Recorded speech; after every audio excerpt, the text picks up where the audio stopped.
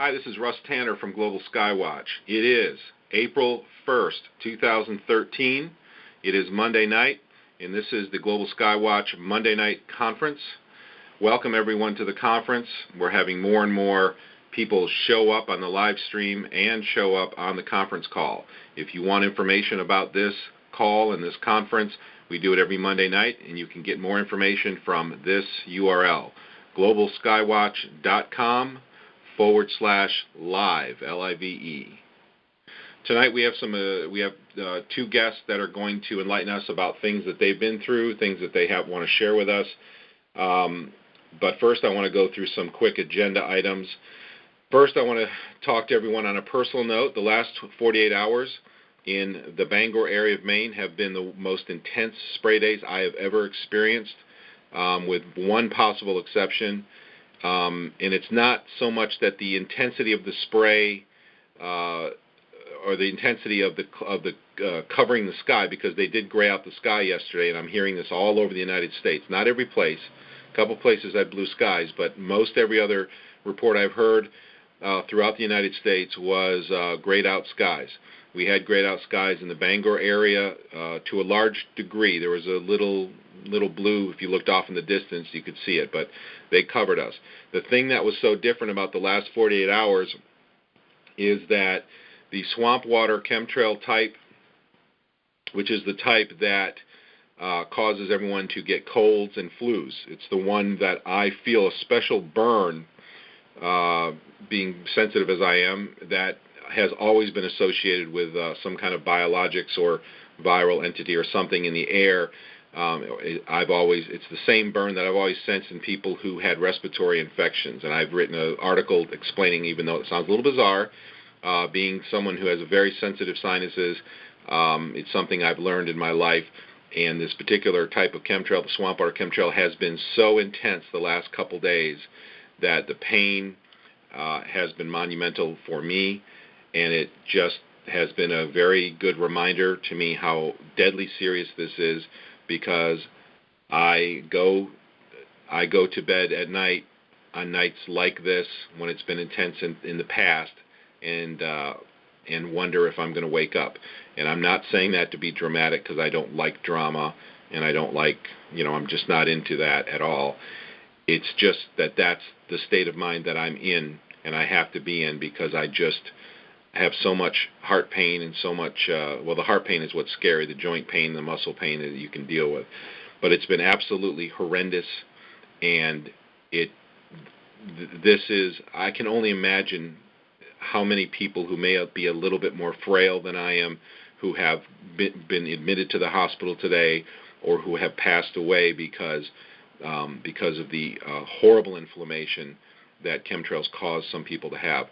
Dr. Russell Blaylock wrote a great article that we have in the resources section of the Global Skywatch website that addresses this specifically and talks about how incredibly inflammatory aluminum is.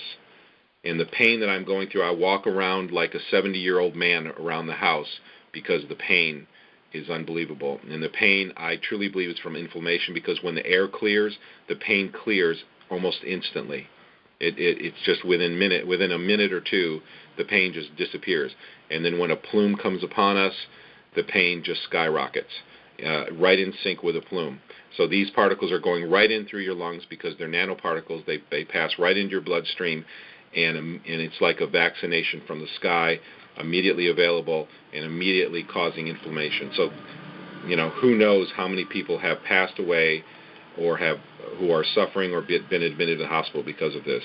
Let me get on with the agenda. We've got a very busy night tonight, but I did want to share that because it's been horrible across the United States, and it has been a nightmare here, and this has to stop. This is the largest crime against humanity in history.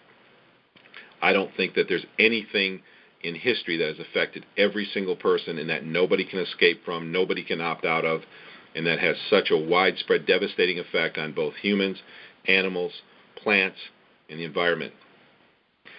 I do want to go through the agenda now. I want to let everybody know we have a lot of new people joining us tonight. The purpose of this conference is to bring people together, to coordinate projects, to develop new projects for general education, and for encouragement. That's why we get together. For those reasons, we will have an open mic at the end of this conference tonight so that everybody can chime in. We'll also have question and answer session after both of our speakers. We communicate through the Global Skywatch website. Well, there's several ways we communicate. You can go to globalskywatch.com. We have a large forum there. You can also go to our Facebook group at Chemtrails Global Skywatch. If you want to be notified about this meeting every week, you can go to our Wigio group, WIGGIO.com, WIGGIO.com, find the Global Skywatch group, and you can tell the system to send you an email or a notification. I think it might even do mobile phone notifications too, I'm not sure. But it will notify you and remind you about these conferences. All right. If you have an End Geoengineering sign, this is one of our projects, the End Geoengineering project, where people put signs in their front yards. We have bumper stickers that will be here in a couple days, and then we're going to move on and get a whole slurry of things if things go well, hopefully, so that you can get you can advertise the endgeoengineering.com website in your workplace. You can give out pens. You can have whatever, hopefully, as these things become available, as we make the money available to have these things available. We want to promote the endgeoengineering.com website because it is a great place to introduce people to chemtrails. It's a very simple, easy to navigate website. That's the whole idea. We're expanding it over the next couple months, but it's going to remain simple, easy to navigate, and then it's going to be a launching point with links to all kinds of other websites. If you have an End Geoengineering sign in your front yard, please take a picture of it and send it to me at admin, ADMIN, at globalskywatch.com so we can post it on our projects page and encourage other people to get these signs up in their front yard. April 6, 2013 is the Anti-Geoengineering Pro-Humanity World Peace Protest. If you want more information about that, please go to globalskywatch.com and click on the Global Events Calendar up right near the top of the page. And all the information and links to more information are there in the Global Events Calendar for the April 6th event. April 20th, 2013 is the Australian and New Zealand Geoengineering Protest. This is going to become a global event. There's already, I understand, many locations, especially in New Zealand and Australia, that are planning protests for that day. It seems that there's a lot of other people also becoming involved. A lot of other nations, groups are becoming involved, and it looks like April 20th may shape up to be kind of a World Chemtrail Day. So if you have the ability to organize a group, or you want to and you don't know what to do, then we'll put you in contact with people who will help guide you. Get a group of people together in your local area and go out and stand on the side of the road with signs, or go to the county building step with signs. April 20th, let's make that a global event. Mention the End Geoengineering Project if you'd like to participate by getting a bumper sticker, which will be available in a few days, or a yard sign. Please go to the Global Skywatch website and click on Projects in the big menu at the top, and then go to the End Geoengineering Project, and all the information to participate is there. We believe this could be, if you want it to be, it's completely up to you, it can be the largest awareness campaign in the history of the world. That is my dream, is to wake everybody up quickly by everybody working together doing something simple. And I would love to see that happen, but it's completely up to you. So please go there and participate. Even if it's just a bumper sticker on your car, that's something. That's good. Let me see what else we have here. If you want to propose a project, feel free to contact me. You can just go to globalskywatch.com and click Contact Us. Send me an email. We're open to all projects, and are more than happy to consider new ones. Almost done with the agenda here. If you want to share your skill, we're getting a growing list of people who have skills. They can duplicate DVDs. They can print flyers.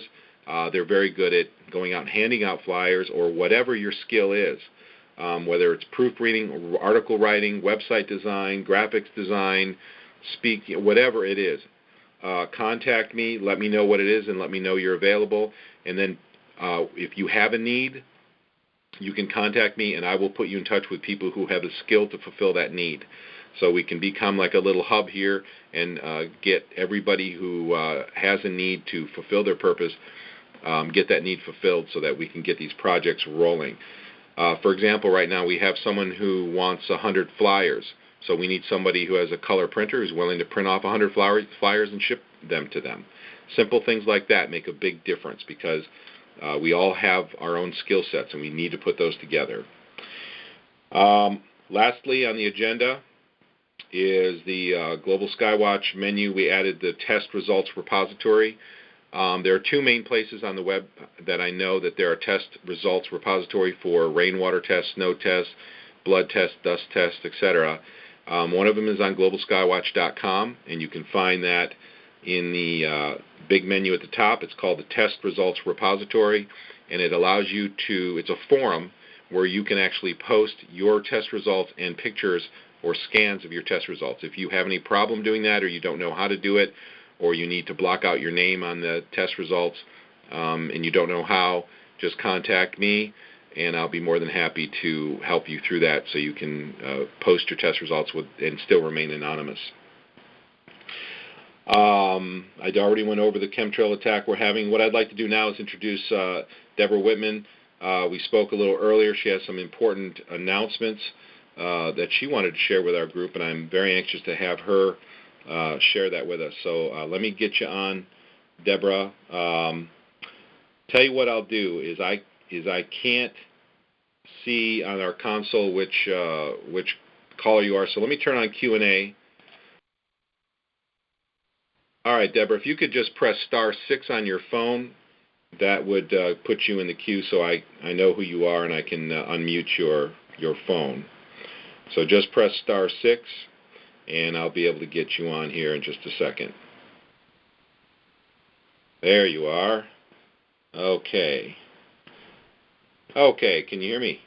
Yes, I was wondering how much time do I have to talk? I think if we could go with up to 15 minutes. Okay, good. Okay.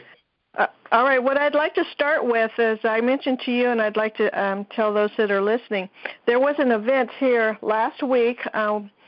Actually, it was a 3-day event at UC Davis here in California, and it was the 20th through the 21st of March. The title was called Climate Smart Agriculture, Global Science Conference. And it talked about climate change and our crops, basically is what it was about. This conference, however, was put on by the World Bank in conjunction with UC Davis. I also found out that there's talks of putting in a World Food Center here.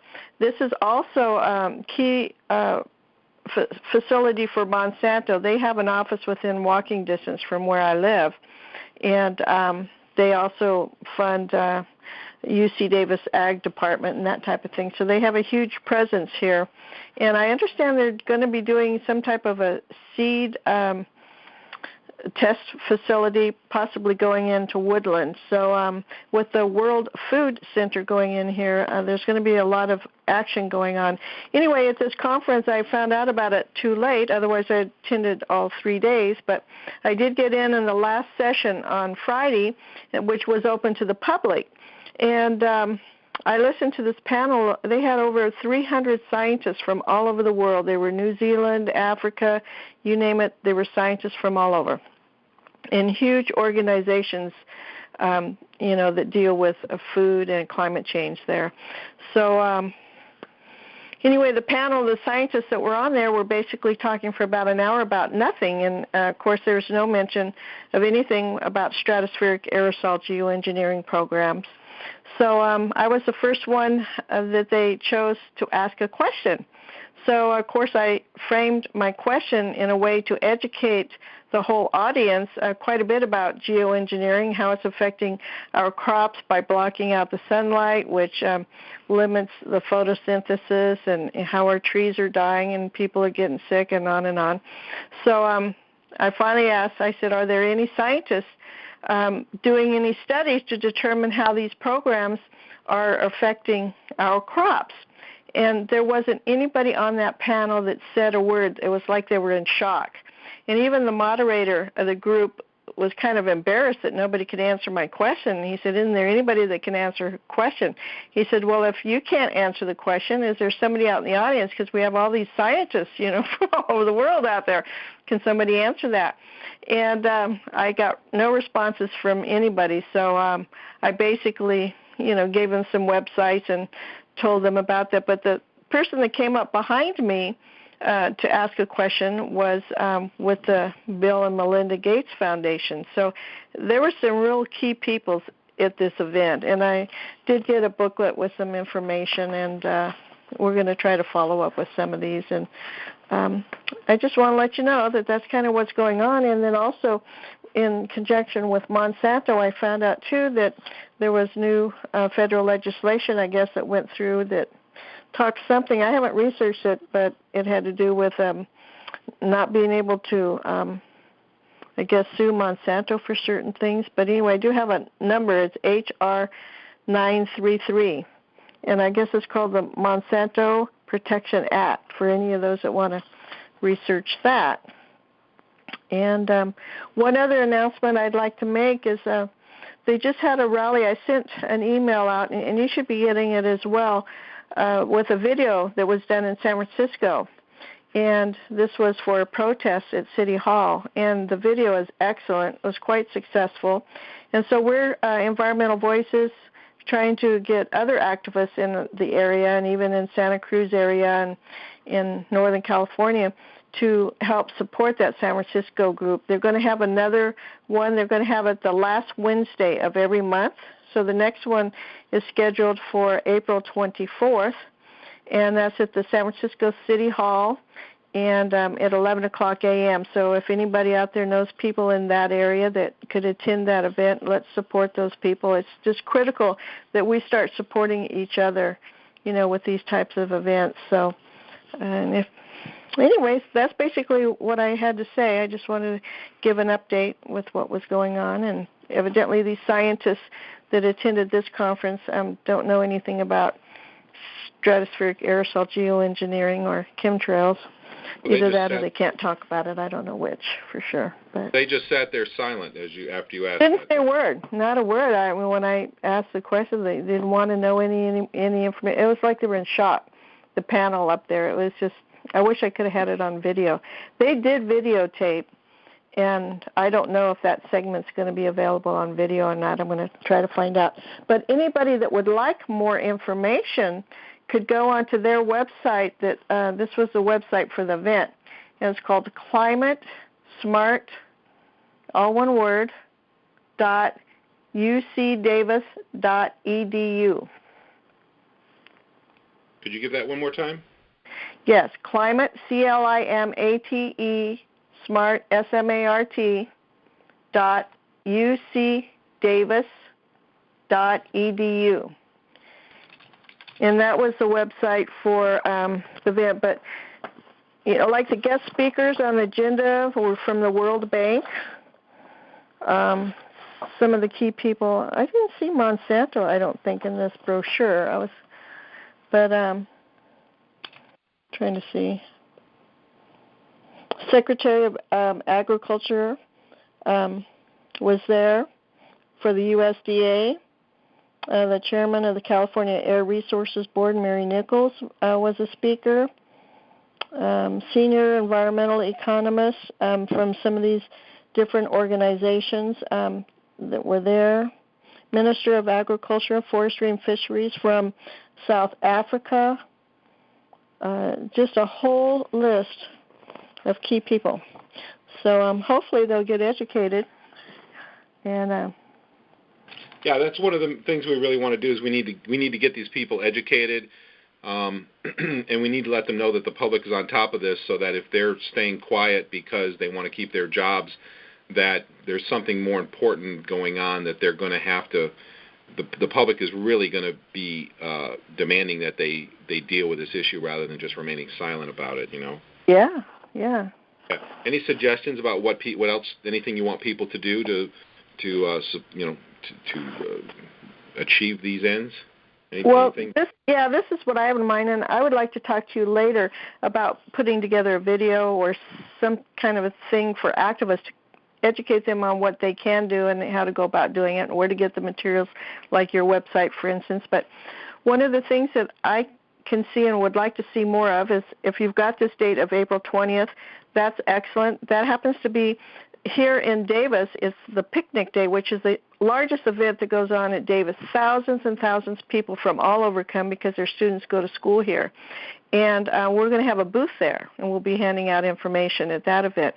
But you don't even have to do as much as that. I encourage people to target colleges. If you're in a community that has colleges, all you need is 4 or 5 people with signs and flyers to just stand at the entrance where the college students go in the morning or out in the afternoons, and they'll see those signs and hand out some business cards. We've made up little business cards that has websites that we hand out to people. When I go into restaurants, I'll leave them at my table and hand them out to people that I talk to when I do business daily. So those are some inexpensive things that you can do.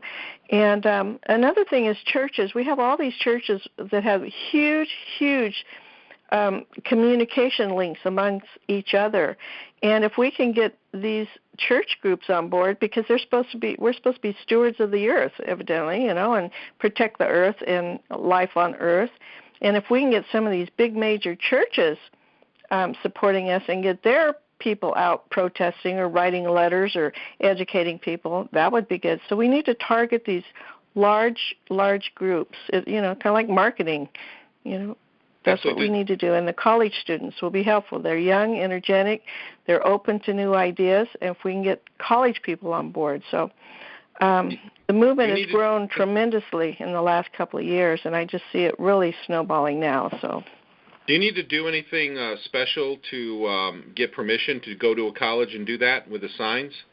No, not if you're on public property. If you go onto the college, you do have to get permission. Like UC Davis here, you can go in and sign up and say, I'd like to sit out in the quad and, hand out flyers or whatever. You can get approval. But there's nothing stopping me from standing out on the street, the public sidewalk, where all the cars and the buses and everything goes in every morning with my signs. So I'm trying to get I don't have activists here in Davis.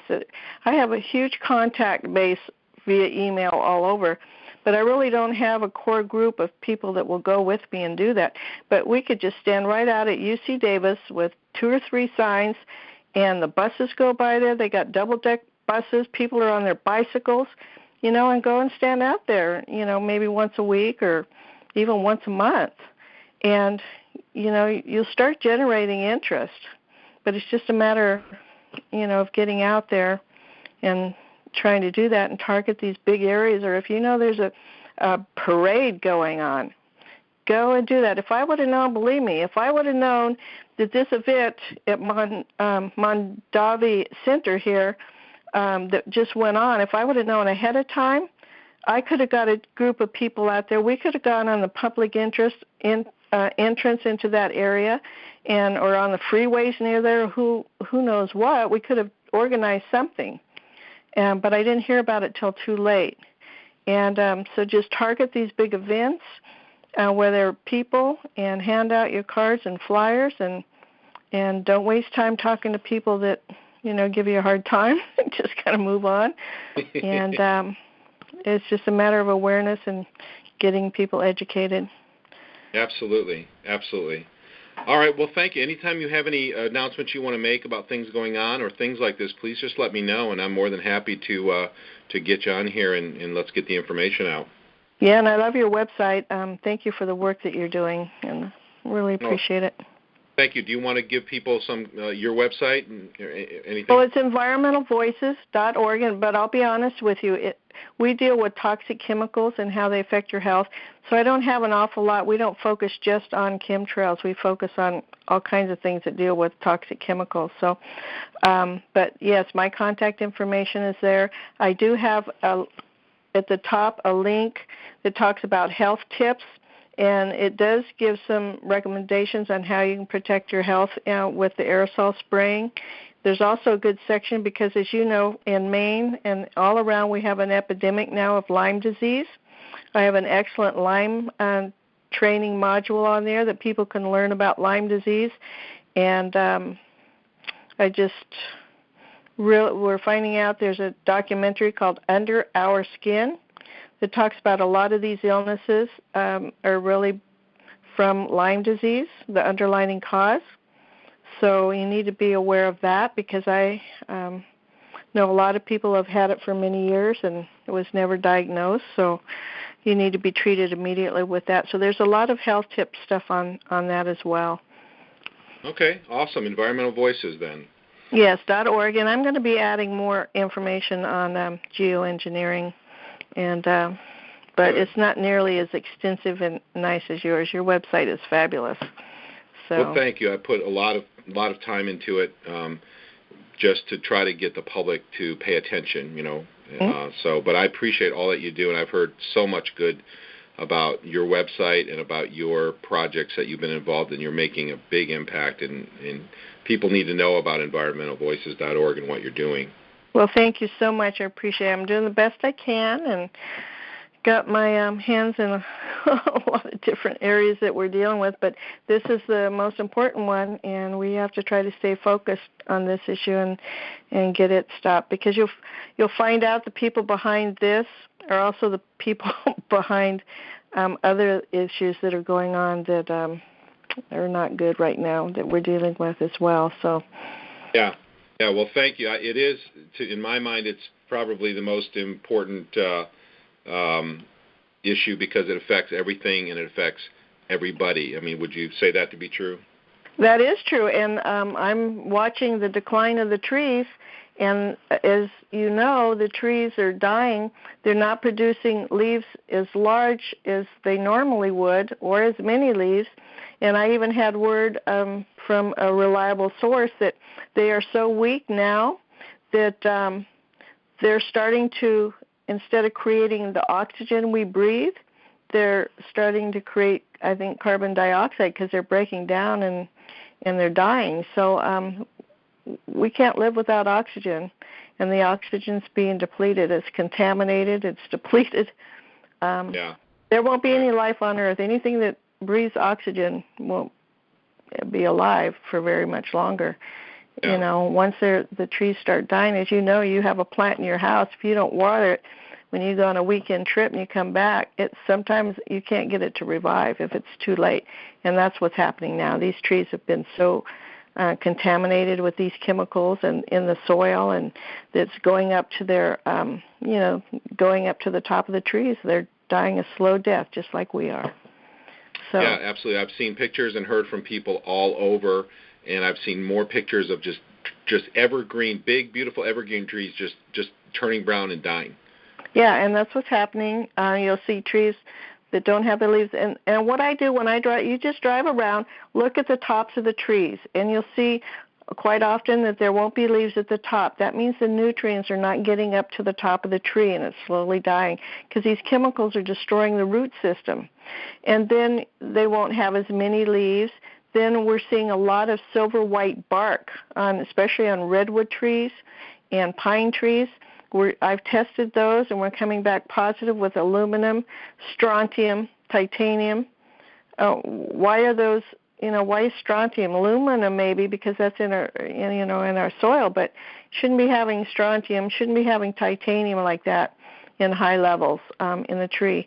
And I also have a video too of I need to get that out to people of chemwebs coming out of the sky. There was a real heavy spray day in West Sacramento. And I think that one of the jet things on the planes that were spewing out the sprays must have clogged up or something, because there was these webs. They looked like spider webs, but there was just hundreds of them flying in the air all over. And I got me video with one hand and something, a Swizzler from Starbucks, trying to catch these things in the sky that are dropping down out of the sky. And so and I've had some of those tested, and they've come back positive with aluminum, barium, strontium, titanium. Those are the only 4 things I tested for. And so they weren't spider webs. Yeah, we're getting, I have someone I've been working with, too, who tested the bark on some dying trees, and they're having very high levels of aluminum in the bark. So we're just having a massive contamination problem. It's completely artificial, and it's completely unnecessary, and it has to stop. Well, Yeah, Deborah, go ahead. Yeah, I was just agreeing. It has to stop immediately. Absolutely. Well, listen, I thank you so much for giving us this update. Anytime you need to give us an update, you just give me a call, and I'll insert you into the show here and get you on. So thank you so much for keeping us up to date, Deborah. Okay, and my plan is eventually I'd like to see protests at every state capital in the U.S. to start with. And April 20th is coming up. Why don't we see how many state capitals we can get to, or even if you can only make your local area, then that is just as important, because there are people living there too. Sounds great. Thank you, Deborah. You have a great night. Okay, you too. Bye-bye. Okay, bye-bye. Madison, if you're on, please press *6 on your phone so we can get you into the queue. And when you're in, I'm going to introduce you. I want to had a long conversation with Madison the other night. I heard her.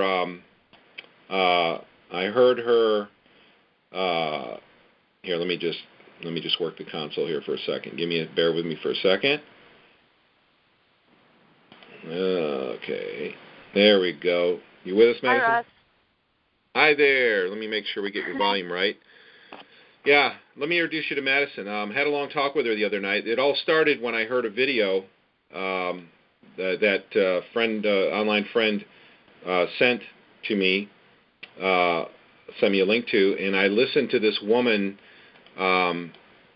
give a nice education to some either contractors or someone who's associated with the EPA. She's going to give us the details in a second. But let me just see if I can play a little clip, or forget the clip. I want to just get you on here. Please, Russ. Huh? Play the clip. I want to hear the clip, too. All right. They pay for it by the ton. I was told that by Willis Williams. That is sick and twisted. Okay, as much money as you have is how much you're able to destroy the planet. Well, I'm not going to try to fight like a big industrial problem. All I'm trying to do is stop these planes from spraying pollution, whatever it may be, over top of my health. Have you tried talking to any universities to take the samples to see if they could measure it for you?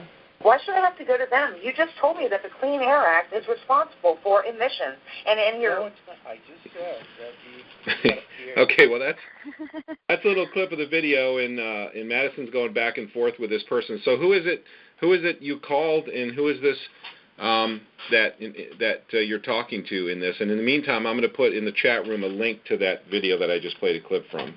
Okay, in that particular clip, I'm speaking with Bruce Mayeroff, and he's a subcontractor, a contractor from the EPA, but he lives in Michigan. So it's just a contractor from Michigan that works for the EPA.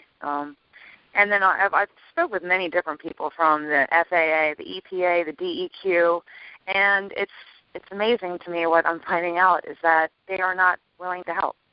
And they are literally passing me back and forth. I've been dealing with this for about 2 years now, and I actually called the DEQ this morning, and it's on my page, Madisonstar Moon. It's where I have my recorded call with them this morning.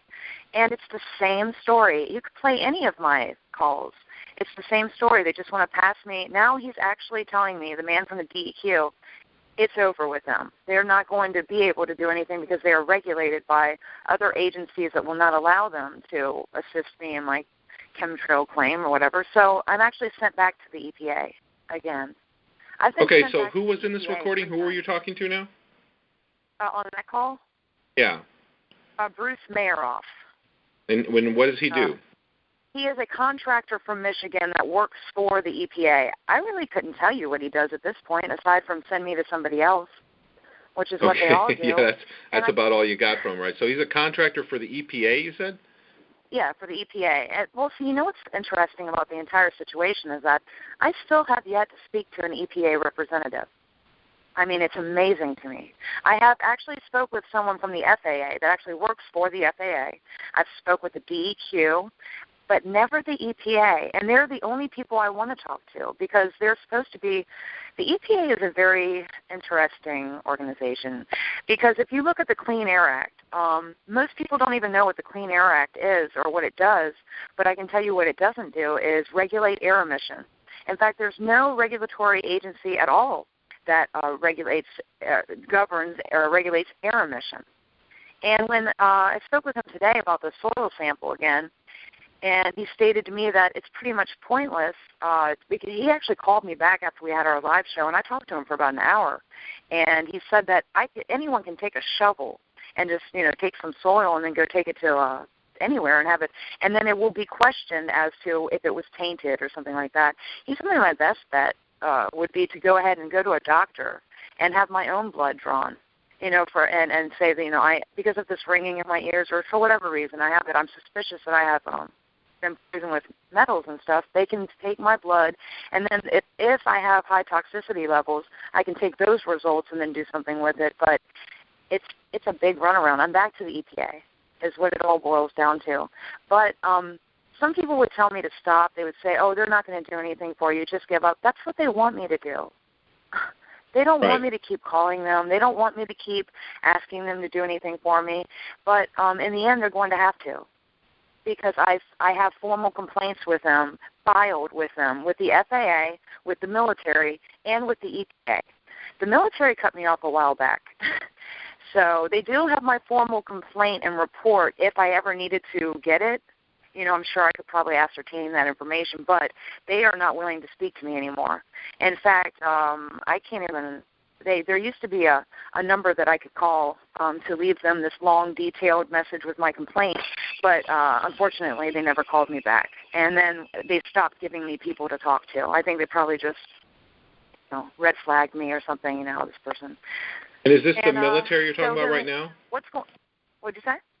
Is this the military who won't talk to you anymore? Is that who you're talking about? The military has never assisted me. What they did was I called the military, and at first I was calling the two different bases that I live next to and asking them about the airplane pollution that I was, noticing it and everything. I needed to know why it was doing that. And, at first, they would send me to different military men that I was speaking to.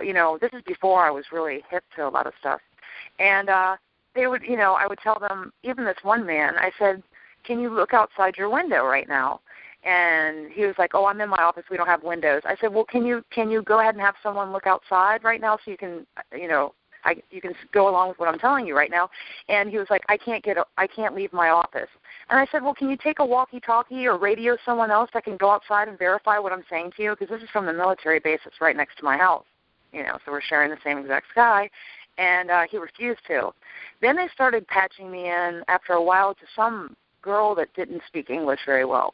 But she worked at the base, and then she would then, I was trying to beg her, please put me through to somebody, somebody else in the military. And they ended up giving me this one number. You call the number, and it just gives you this long message stating that you have to give all your information and your complaint. Your complaint will have absolutely nothing to do with their flights, but that they will check into it. And they never contacted me back, and I called and left the information over and over again, hoping that they would. I gave up on the military. That was one of the first groups I gave up on because I realized I couldn't even get anybody on the phone. Okay, so let's do it a little bit chronologically. So after you gave up with the military, what happened next? I went to the FAA, and I have all my notes and stuff. I actually have them in order. I went to the FAA for, I'd say, a year of calling them before I ever even went to the EPA. And I can't find my notes right now, I'll just do it by memory. But and then I was making some moves with them, I would say, as far as getting information, and they were giving me ideas. Finally, when they cut me off and were like, we can't do anything about it, they sent me to the EPA. Then the EPA immediately sent me back to the FAA and said, no, they are the ones. And I have all of this recorded. If anyone would like to check and make sure that they're all my shows are dated of the recordings with these agencies, so you can actually go back and verify everything that I'm saying. They sent me back to the FAA, and then the FAA cut me off and said, we're not going to deal with it, we can't do it, and sent me back to the EPA. I was with the EPA I have been dealing with them for a long time now. I can't tell you how long. And after the EPA gave up on me, or I gave up, I don't know, they sent me to the DEQ. Then now the DEQ has given up on talking to me, and now I'm back to I'm nowhere right now, but I'm planning on going back to the EPA. So basically, no one's helping me at all from the federal government. If you want to know my personal opinion, and I feel happy to say this on your show, I believe all federal agencies are covering up chemtrails. Okay? If anybody wants to dispute that, just look at my evidence here. No one's willing. The EPA has never done one test on any soil or has never investigated not one complaint of chemtrails ever. No government agency has. I've asked them all. So now I'm trying to think, okay, what's the agency that is above the EPA? How do I turn in the EPA for not helping me? Do you know the answer to that? Like, who do you tell that the EPA is not helping you? Yeah, well, I think that's part of the problem is that there's no accountability. That's when you look at the big picture and you see the way the government is structured. I'll say this for the people who know, and this will sound a little strange, but the whole government's working under the whole executive branch practically working under emergency powers right now. When I say that, people will know what that means because we have multiple states of emergency that is renewed by every president, which empowers them to use executive orders. And then what they have done through this perpetual emergency is created all of these executive agencies that have no accountability. Now, they have the appearance of accountability, but when the rubber meets the road, there really isn't any. So for those who understand that stuff, there's a little interesting stuff that most Americans don't realize has been going on. So you're right. There is no accountability. Who do you go to? I felt so helpless. I mean, the last couple of days I didn't know if I was going to live or die, and I'm not trying to be dramatic, but my heart felt like it was just being squeezed by somebody's hand in my chest for hours at a time, and I just sit there and wonder if a valve is going to burst or something. I don't know what's going to happen. I've got my mask on. I'm taking my anti-inflammatory supplements, and they're helping some, but the air was just obnoxious. And I got to the point where I'm like, what do I do? Call the police? What are you going to do? Why don't you tell us some stories? Tell us some of the most interesting things that actually happened with some of this dialogue you had with... Can I talk about whatever I want? You can talk about whatever you want, sure. Okay. I would like to I'm not going to go on and on, but I would like to touch base on Facebook and how they are censoring this information from getting out. Okay. On Facebook, you're able to network and do, share all your research. And I've done a lot of research myself that I want to tell people and I want to show people. But unfortunately, some of my research is a little too dicey. And I guess it just started off with Facebook taking away my chemtrail cover-up page, which is the page that has all my radio shows on it. It's where I keep all my stuff. They took away that page from me, then took a chemtrail plane photo, well, I believe it is, a photo off of my page. And then Madison, when you say they took your page away, what do you mean? What happened? Okay, well, I don't know if anybody knows about the infamous barrel pictures, inside the chemtrail plane. All the big canisters inside the fuselage of the planes, yeah. All right, okay. Yep. So anyways, I just had one of those pictures for the background wallpaper of my chemtrail cover-up page. And, so I don't know who told on me or if it was not allowed or what the deal was because I never had a problem with it before, but I was on my page and all of a sudden the whole computer shut down and it said, you must log in to continue. And I was like, wait a second. So I go back in there and it said, you have been blocked from your account you have been blocked from your account due to I forget what the message said now. Like something about like they were checking security. There we go. For security purposes, I've been locked out of my own page or an account. Then I was freaking out, and I started, trying to get in. After about 2 hours, I was able to get back in, and when I did, it pulled up this screen, and it said, We have removed material from your page which we felt was unsuitable. Please click this to review our Facebook rules or whatever. I clicked onto it and it said, this photo is either pornographic, shows violent images, is, what did it say, bullying, all this stuff. And I was like, what? And then I didn't even know what picture they were talking about yet. So then they made this, pulled this contract up, and it's like 10 miles long. So I just scrolled all the way down to the end and pressed click, yes, I agree, to whatever they just made me agree to. And it pulled my page back up, and the photo was gone of that chemtrail plane. So, hold on a second. So what I did was, so obviously they didn't like that photo for some reason. They didn't like that photo. So once I realized that it was that photo that they were after, I went to my Facebook account, not my chemtrail cover-up page that they took the photo from, but my Madisonstar Moon page, and I made an advertisement, and it said, "Attention chemtrail activists and online researchers." And then I stated my story about what had happened in my page, and I said, and this is the photo that they removed. I put the photo right back on that page again, posted it up, and in one day, 8,000 people shared that photo. One day. I've never seen anything like that ever in my life. I think the most shares I've ever had is like, maybe like 60 or something. And, so to have 8,000, and I was going back through every single person that shared it, I was pressing like, just to make sure that everyone knew that I knew that they knew. And then all of a sudden, boom, my stuff was gone. And I got a message from Facebook saying, I forgot to tell you one other part about it. Before I got that, that was what happened. That was the first time they blocked me. I'm sorry. That was after I put that ad up. Facebook, boom, I'm gone. And then maybe 3 hours later, I was able to get back in again. But this time, they said that my account has been removed or blocked or something due to. It didn't say security. It said something else. It said I need to identify myself now. And first it said, okay, to get your account back, follow these steps. The first step was that it said identify your friends. Then it pulls up all these pictures. It says you have to identify 5 of your friends. You have 2 chances to mess up or your account's gone. Okay, so my friends, the pictures that they have in theirs is like alien faces and chemtrails and clouds.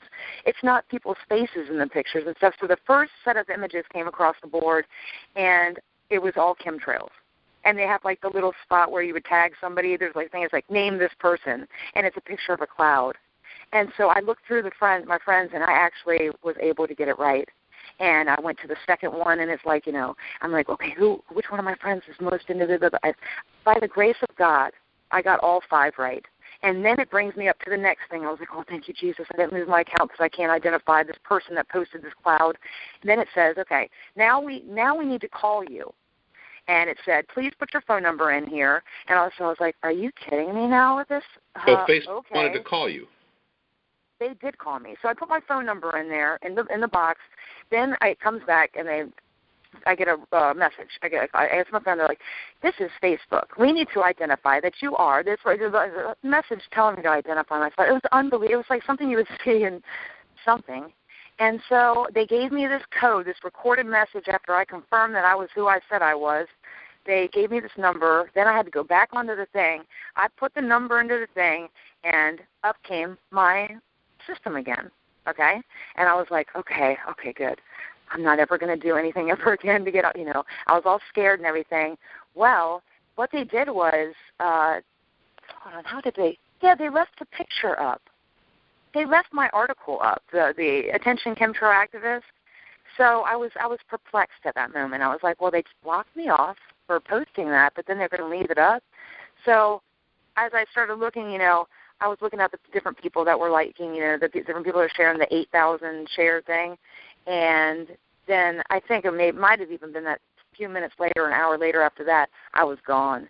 Literally, they just boom. And the account, it said, your account doesn't exist anymore. It said, this account doesn't exist. So I was literally, after they had let me on and I'd gone through hell to identify cloud faces as my friends, and I did everything right, put the code in, then they took me away. And I went on to my other account, which now doesn't exist anymore because it's been either hacked or removed, and sent a few of my friends messages saying, I'm blocked, they got me, they stole my account, it doesn't exist anymore. And all my friends were saying, yeah, dude, your account's gone.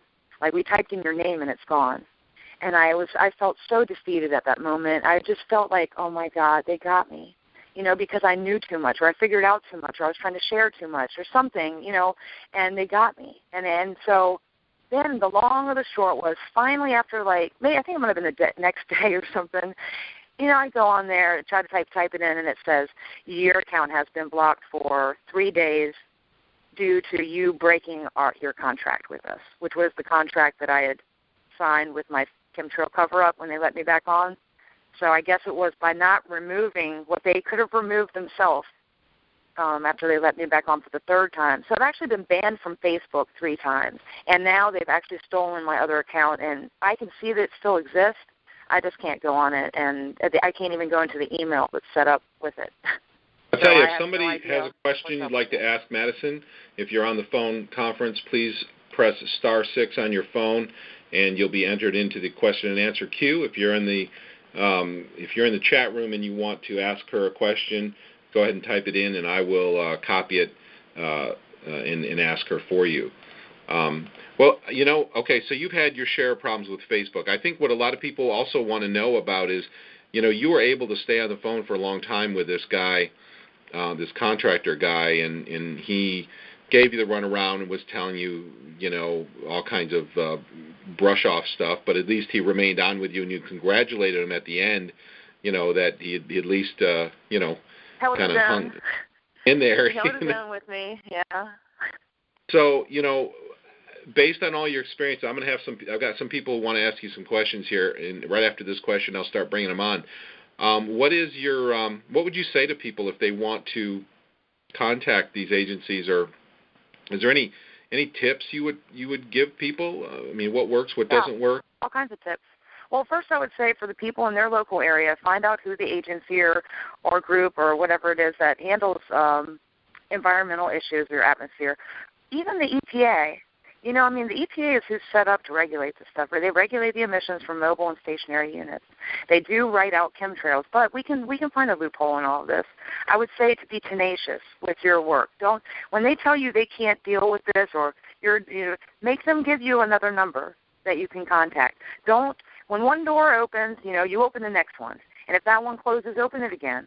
And that's a little thing I had on my Facebook. I think it's very good for people to have belief in themselves, that just because someone tells you no, don't let that deter you. You can just keep fighting it. And my roads have led me to now I'm talking about Congress and stuff, or the CIA. The EPA they haven't done anything for me. I'm not going to give up on the EPA until I get an EPA representative. I need to hear it from the horse's mouth, not from some contractor. But I would just tell everyone just to keep up with it. Do your research, make phone calls, and they can't tell us all no. They can evade us for only so long, and if our numbers grow, and I'd say basically tell everybody that you know about what's going on. Make everybody aware. Like what I love, what was the girl's name that was just on before me? Deborah Whitman. Deborah, she was so fabulous. I was sitting there laughing about when she said that she was asking the scientists that question and no one answered her. And I would have loved to see that, but she was great, and what she's doing is great. She, doing the rallies and going out and petitioning, making your signs, and all of that is so important because awareness is what's lacking. And I want the truth to spread like a virus into the sleeping minds of people. Your family, your friends. And if people mock you or humiliate you, I take a lot of crap for it. But you get used to it after a while. I know that sounds crazy, but I'm actually used to people trying to mess with me online, or trying to, even within my friends and other associations around here that may not understand why I'm so worried about it. I'll tell you what, we've got some questions for you. Let me get a caller in here and get a question for you, okay? Okay. If I lose you, if you get muted, just give me a second. I'll unmute you, okay? Sure. All right. All right, caller, can you hear me okay? Yeah, Russ, it's Amy. I don't have a question right now. That's okay. I just pushed the wrong button. Oh, okay, Amy. Well, if you do, just go ahead and push the right button next, or push the button if you have a question. Nice to have you on, Amy. Okay. Okay, we got another caller here. Let me go ahead and get the caller on here. Go ahead, caller. What do you? Oh, hello? Hello there. You're on. Oh, great. My name's John Palmer. I just wanted to mention that I saw a Greenpeace poster saying look up, and it was about chemtrails. And I think if we focus our efforts with some outfits that recognize this problem and start emailing them, we might make some headway. I've also been emailing Sierra Club, and they seem to be forwarding my emails now. So if we can get on the phone and start contacting them, it could make a huge impact. Okay, so contacting, this is something Dane tells us to do. Dane Wigington says a lot is to join up with these big organizations, get them helping out with this once they realize the scope of the problem. Now, I think a lot of the big environmental groups are controlled opposition, so you may run into a lot of roadblocks with them, or they may be very ineffective in their help. They may act like they're helping you, but not. But there are other groups that I think will be very helpful. So you're saying we need to team up with those people, right? Yes, Greenpeace in particular is the one that I saw that had a poster out saying, look up in the sky, look at chemtrails. I was just shocked. I'm like, finally. But one more thing I wanted to mention quickly is I was in shock today when I found out that mint teas and I think green teas pick up aluminum and fluoride. And I've been wondering why my symptoms have been increasing. So just to research that, if anybody's a tea drinker, I am. Yeah, there's kind of a joke about. I love English people, so it has nothing. This is not a bad joke, but the English always joke among themselves about having bad teeth and skin is what they sometimes joke among themselves. Well, being big tea drinkers, you're getting your share of fluoride-enhancing substances, and I think that's where it stems from. I've seen some very compelling information about how some types of teas can enhance that. Is that kind of what you're referring to? Well, yeah, and aluminum in particular with mint teas, with peppermint and spearmint, they say it uptakes. Right. It's quite a Yeah, there's a synergy between fluoride and aluminum, absolutely, and they work together. The solutions for that, though, are malic acid. I take malic acid daily. It's MALIC acid. I buy it from VRP.com. It stands for Vitamin Research Products. I take a couple of those capsules a day to help move aluminum out, and vitamin C also mobilizes aluminum. Thank you, Russ. Hey, thanks a lot for the call. Anybody else have a call? Please press *6 on your phone, or if you have a question in the chat room, go ahead and type it in, and I'll relay it for you. I'm trying to monitor chat while I'm running this console and everything at the same time. We do have a chat question that said to ask you, Madison, if your county has an air quality resource board. Let's see. I don't have my paperwork. There's the guy that I was talking to today. I tried to get some numbers from him, and he basically told me that he was the one I was supposed to be talking to. Let's see. Can you give me a second to get my notes? Yeah, go ahead. I just want people to understand that don't be deterred when you hear other people getting turned down for help and stuff, because they can't turn us all down. And even if I don't make any progress with this, at least the information is out there. Well, not only that, while you're getting your notes, the thing that I would say to people is do not underestimate the effect that you're having. When you talk to people and they glaze over, they look away, they pretend they're not listening, they brush you off on the phone, the people who are doing the brush-offs are under a lot of pressure, and I think most of them feel uncomfortable. And because they're having an emotional response, they're making a memory that's going to stick with them. And I found it. And so don't just because people don't respond the way you expect them to, don't think you're not making headway. Keep pushing and understand that even people who act like they're not listening are listening most of the time. Yeah. You find your notes? Can you hear me? Yeah, I can hear you. Go ahead. Okay. It's the Virginia Air Pollution Control Board. And I tried to get the number from them today. They're telling me basically I'm going to have to go to the General Assembly with this. I mean, this is what the man was telling me to do. He was telling me to go out and basically be a detective and, find out where the aircrafts are coming from, track them down, and all this stuff. I mean, that's absurd to ask an everyday average citizen to do their work for them. Like, they want me to go out and go buy a telescope or something and go to take pictures of the plane, try to get the serial numbers off them and track down what airports they're coming from, and then they'll investigate. Come on. Yeah, I think that's called making you jump through hoops, because it kind of it lowers the number of people who are actually going to call back and be involved in this. And that happened with me. I called the Bureau of Air Quality for the state of Maine. I talked to the head of the Bureau of Air Quality. After I left him a few messages and called back, finally we're getting sprayed so bad for a series of days that I thought I was going to die, and I raised my voice on his answering voicemail and said, "We're being sprayed like bugs out here. Please call me back." And he actually called me back, I think the same day. His name was Jim Brooks. At the time, he was the head of the Bureau of Air Quality for the state of Maine. Had a 40-minute conversation. He was very nice, gave him all kinds of information. He sounded very interested. Long story short, after another phone call and a couple emails, nothing. I couldn't get an answer, wouldn't get a response. He just shut me down. Same thing happened. I also spoke, eventually got a hold of someone who was under him in the Bureau of Air Quality named Melanie Loisum. Well, incidentally, Melanie Loisum is now the head of the Bureau of Air Quality, state of Maine. So I've actually talked to two heads of the Bureau of Air Quality, state of Maine. I had a 40-minute conversation with her, told her all about the smells, the odors, the physical symptoms, the jets every 2 minutes, gave her the rundown, gave her videos, documented things, told her about rising aluminum levels. And, again, very professional, very nice, but after a couple emails, she wouldn't respond anymore, and her final email was that they don't have enough money in their budget to pursue these kinds of problems. He said that to me today. That's exactly what he said. He can't take state money to fund the soil sample. But you know what?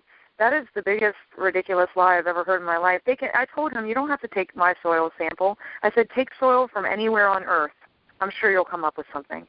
Because the fact that they haven't done, look, there's not an entire movement for this with it out there being something to it. And the fact that there are multiple movies and all these hundreds of thousands of people concerned about this, and the government and these agencies have not acknowledged one person's claim or have not followed up with anybody to do any scientific research on the government side of it, that's very worrisome. I mean, if we can't get help from these people, they're the ones that govern and mandate our air, and without their help, we are, sorry for lack of a better word, screwed. Yeah, well, I think we need to get the public involved, and that's what we're trying to do right now. We have one of the biggest caller turnouts tonight that we've ever had. We've got a lot of people on the live stream. This is a bigger than average night for us, and so we are growing over time. And the idea behind this is to get the word out. Let's take some more calls so everybody can get their questions answered. So let me get our next caller on the line here. Hello, caller. Please go ahead. Hi, Russ. This is Deborah Whitman again. I had a couple things I wanted to add if I have time. Yeah, go ahead. And one is that they mentioned something about the Sierra Club, and I just want to give you an experience that I had here, Yolo County Sierra Club. I just become a member, and right after that is when I learned about what a chemtrail was. Somebody brought it to my attention because I'd been so sick and told me to research it. I started taking a lot of photographs, went to the Sierra Club meeting, and both times one of the directors of that group, who happens to work for the California EPA, is a scientist, shut me down and would not even allow me to speak and give my presentation. And I left there the second meeting almost in tears, and I decided that I was not going to deal with Sierra Club anymore. I was going to start my own nonprofit organization. So that's how Environmental Voices got started. So we're finding out even in Placer County, the Sierra Club up there didn't really want to deal with this issue. So I don't know who really is behind the Sierra Club, but the people that I've been talking to have not really been supportive at all.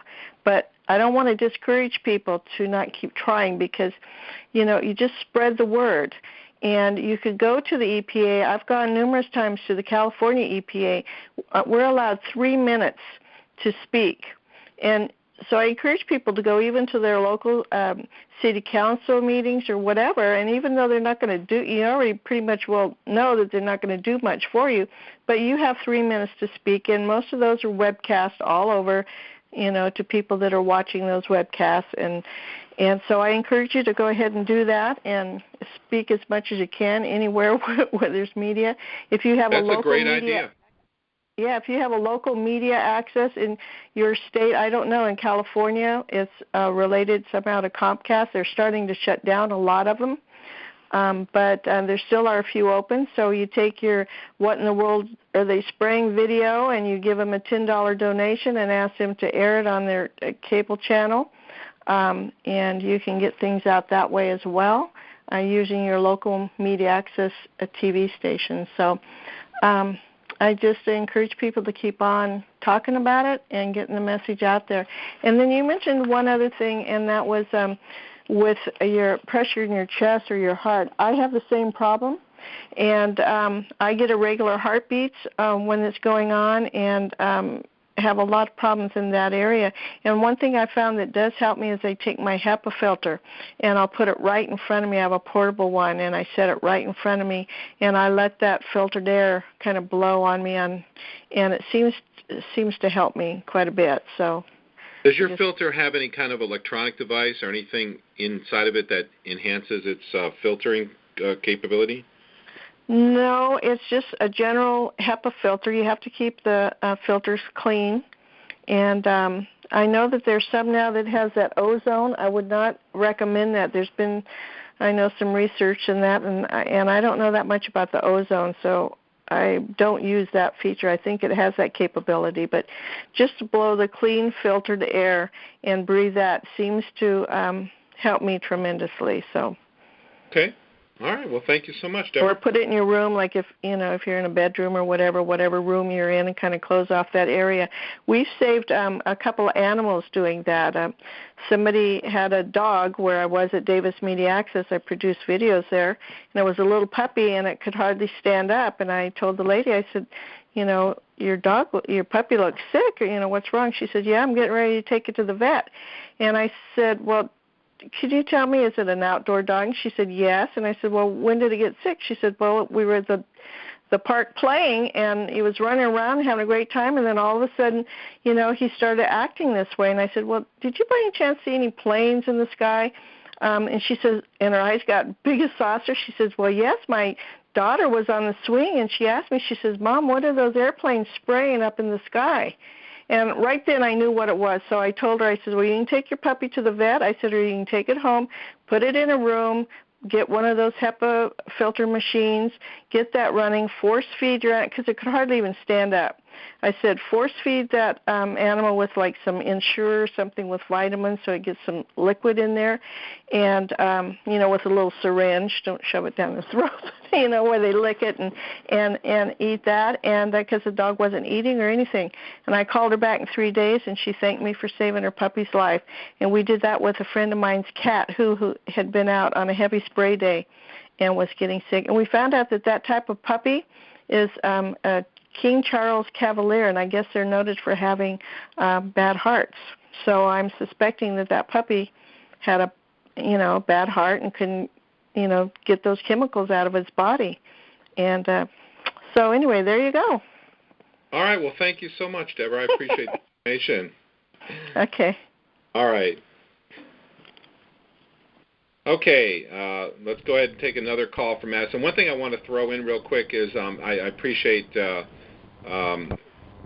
Deborah's information so much. I have actually tested HEPA filters. Now, maybe she's got something different going on, but I've spent a lot of money on filtration equipment. So for those listening, I actually wrote an article, which I just posted a link to in the chat room, that in that article I talk about that I tested IQ Air, Allen Air, all these HEPA filters, and they'll remove pollen, they remove smoke, they removed odors from the air because I'm very sensitive, sense of smell and taste, but none of them none of the HEPA filter devices would do anything for the chemtrails, which makes sense to me because the particulates are just way too small. Now there are fibers and other things in the chemtrails that they're discovering as well, and obviously those larger fiber particles and things would be removed, and that's important as well. So I still do use the filters. But as far as the smell and taste of chemtrails, unfortunately, in my experience, I haven't. They don't do anything to help. The things that I have found is I actually built water-based filtration that actually throws mist water through the air and then passes air through that mist, and actually did reduce the amount of the smell and taste. And I got that idea because I actually felt better in the shower. In fact, it's funny because I was just chatting with someone today who said they felt better in the shower. And that's why, because the water does help to remove the particles from the air. But unfortunately, those devices that I built, because I was so desperate for clean air, was they put so much moisture in the air, it was just not practical to use. But I'm very glad that puppy got saved, and I think that if HEPA filters do work for some people, that's great. I wish they worked for me. I wish they took the scent and the taste out of the air, but in my experience, they haven't done anything. Caller, you have a question for Madison? Yeah, hi, this is Mark in southern Utah. Good evening. Good evening, Mark. Yeah, hi, Deborah and Madison. Thank you for your activism. It's inspiring to all of us, very much so.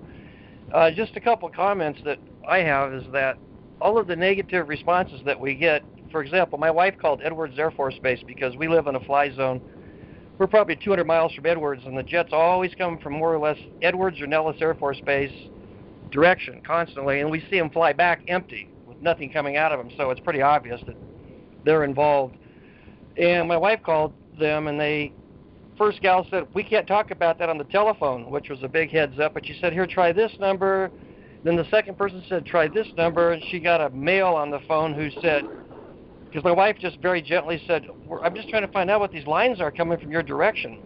And the gentleman on the phone said, oh, you mean chemtrails? With a real nasty voice, and tried to convince my wife that don't worry about it, it's just water vapor. Well, my feeling is about, like Madison, all of the negativity and the walls you've been up against, and Deborah, my wife, and the other stories like this, that we are, in fact, on the right track, and they are, in fact, just delaying the inevitable, where they're going to have to fess up to this, because if they won't fess up to this, what's coming from us is going to be something like, and I really believe this, a man-woman march on Washington, D.C., because we're going to have all of our individual get-togethers, but someday we're going to all get together and start getting our signs up in a massive group and heading their way. It's like, put up or shut up, folks. And then the last little thing I want to mention is, Deborah, I went to that website at UC Davis. I'm formerly from California, Fresno area, so I know a little bit about the area. And there's a contact, for what this is going to be worth, I'm going to give it a try. I found a contact on that UC Davis edu site, the Climate Smart Agriculture and Conference. I don't know if it'll still be valid, but I got a feeling it might be. The email address is climatesmart@ucdavis.edu. climatesmart@ucdavis.edu, and I'm going to very nicely write to them and ask them if they would mind maybe getting involved with the conference call about some of the issues that they have, because we have a lot of people that would be interested. And again, I don't know where that's going to take me, but if a number of us made a request that perhaps we could get them on one of these conference calls to answer some of our questions. Anyway, that's just a couple of things I had in mind. I'll turn it back over to you. That was awesome. Yeah, thank you, Mark. Mark is great. Mark supports us here all the time. He's on top of this. Like he said, they called the Air Force Base there, but go ahead, Madison. You want to say anything? Oh, I love his Million Man March and Woman. Million People March. I mean, that's what I would love to see, and I would love to see more people doing blog talk or doing radio, because we can only post so much. You can only make so many phone calls, and, we need to all get together and network. And I know that we do get shut down. I myself am a testament to that we will get shut down and silenced, but where one is silenced, there's another one that will pick up. While I was on my Facebook, serving my Facebook jail sentence, people were posting on my behalf. I would look up stuff, I would send it to them and say, post this, and they would post it until Facebook was aware that I was on my other page, and they took it from me. And once they did that, I was actually totally, completely blocked for for a while. So, but I'm back on now, and I'm on my best behavior on Facebook, which means that I'm just not going to post the images of those barrels in the plane, because that's the only pictures really that they have a major problem with. And I really don't want anybody to post those on Facebook, because you're going to get in trouble for it. I'm not saying I don't want the information out there. Everybody can look up these pictures of the barrels inside of the aircraft. Just don't post them, in the same way that I did, I guess, would be my advice. Madison, we have a call. We have a question from. Oh, I'm sorry, Mark. Mark, do you have anything else you want to say? Yeah, this is kind of interesting, Madison. Thank you for the high five on that. But as you were talking about the tank picture inside the aircraft, I was looking on Russ's Facebook page.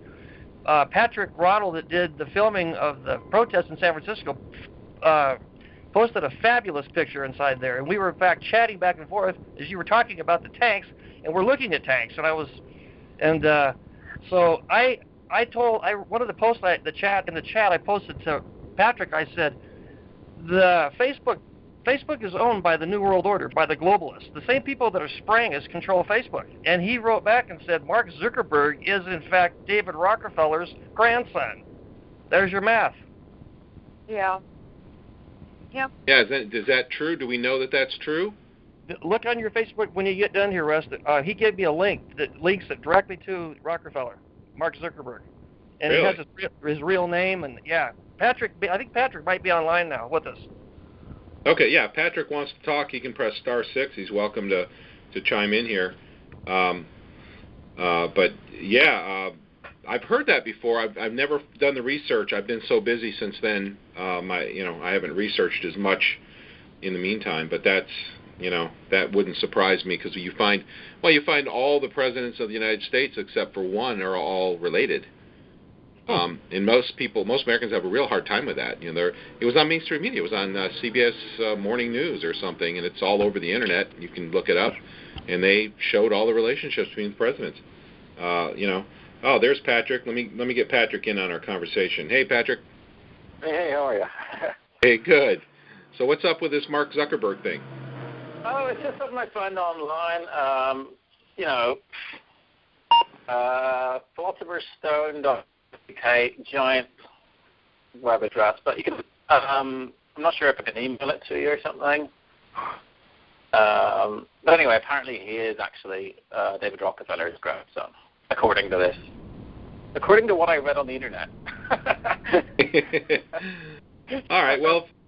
Yeah. Well, if anyone has a source, a rock solid source for that, I would definitely be interested. I'm not saying I don't believe it. I always like to see the source for information. Wouldn't surprise me a bit, though. How you doing, Patrick, tonight? I'm doing good.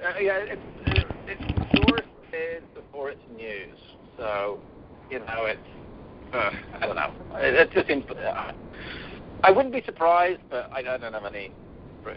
But anyway, hello everyone. So, nice to talk to you again. Yeah, so I'm pretty excited about our next thing. Unfortunately, it's not the same day as our Australian friends event. Is actually a week after. We sort of when we were out there, we sort of decided on the spot. Okay, well, let's make it monthly, like this same day every month, and from then on.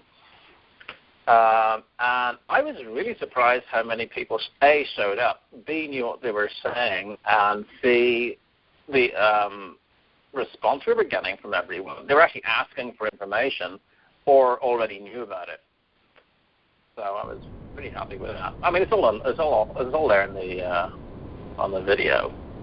Well, that's really encouraging, because I remember we spoke for a little bit, and that's. Or that's what I've heard anyway. We spoke before the event, but so why don't you plug your event real quick, and if you can speak real loud into the phone, that'd be helpful too. We're losing a little bit of audio. Yeah. Well, the easiest way to find our group is I've registered a domain name, stopsprayingus-ff, for sanfrancisco.com, stopsprayingus-ff.com. And we are going to do a protest the last Wednesday of every month starting at San Francisco City Hall on the Van Ness side, and then just meandering off wherever from there. Like this first one we did, we went to the Farmers Market. We could go to Union Square, whatever. We'll figure it out. And if we get huge amounts of people, we might have to deal with the cops and figure out, routes and stuff. But for now, we're just. All right, Patrick. Patrick, can you hear me? Sure. Yeah. Okay, your audio is coming in and out, so we're missing half of what you're saying. Let me relay the important part so people get this. I heard the last Wednesday of every month you're starting at City Hall. Is that what's going on? Yeah, at 11 a.m. 11. Okay, let me relay this so everybody can hear this. 11 a.m. the last Wednesday of every month. This is San Francisco. Okay, go ahead. It's at City Hall, San Francisco City Hall on the Van Ness side. Okay, it's at City Hall on the Van Ness side. Yeah. Okay, and what? How can they? Your domain, I heard it. Stop spraying us SF, and then it cut out. Yeah. Stop spraying us -SF.com. Okay, so stop spraying us -SF as in San Francisco.com. That's your domain. Yep. I'm so sorry. Your audio, you're cutting in and out for some reason. So just want to make sure people get that info. Yeah, I want to post that on our calendar too, and I'll keep posting links to it. All right. Anything else you got? Anything else, Patrick? You want to share about your event? Well, if you can hear me, I'll relay it if we can't hear you. Go ahead. Okay. I'm very optimistic because I've done things with Weird Change and the Fed, 9/11, all those sort of things, and I've never had as much immediate response from activists and the public as I have with this. There's definitely a pent-up demand for this. As you have with chemtrails, you mean, right? With chemtrails, absolutely. I'm finding people. I often forget. We said we mentioned this before, but I often forget that I'm also through Facebook also reaching non-crazy conspiracy people, and I got a lot of them who are just my colleagues, my lawyer and old clients and stuff, are thanking me for I love this stuff you're putting up about chemtrails. Keep it up. So I think this could go pretty fast. Of course, with all such things, you've got to be very careful that the wrong sorts don't show up. Okay, well, let me just repeat what you're saying, because I don't know if people online are hearing it because it is cutting in and out. But he's saying he thinks that this may spread very fast when they start communicating with the other groups because they seem to be very open-minded to it. They respond very quickly, and they have a lot of credibility in those groups. Is that a good way to sum it up, Patrick? No. Actually, I was comparing it to the other groups I've been in, and this seems to have much more momentum and reach and passion than all the other things that I've worked with. Okay, so the chemtrail activism has a lot more reach and a lot more passion than the other groups you've been involved in. That's what you're saying, right? Yeah, and it's much easier to get through to people. And it must be what? I'm sorry, what was that? It's much easier to get through to people. Right, much easier to get through to people. Okay. Hang on, excellent. See if I can improve the audio here. Excellent. Sorry about, I don't know what's going on. And, I find in the age of cell phones and wireless, the quality of audio in the world has just gotten so bad. Sometimes I get people leave message on my machine, I can't even understand what they're saying. But I tell you what, Patrick, thank you so much for the info. Please contact me with any updates, details, or if you want to do a 5 or 10 minute audio clip, and I'll send an MP3 to you that we can all send out and distribute to people to get them all ready. Any details you want to share, if I can help in any way, you just let me know, okay? All right, all the best to you. And Mark, thank you as well for your call. Madison, you still on with us? Yep, I'm right here.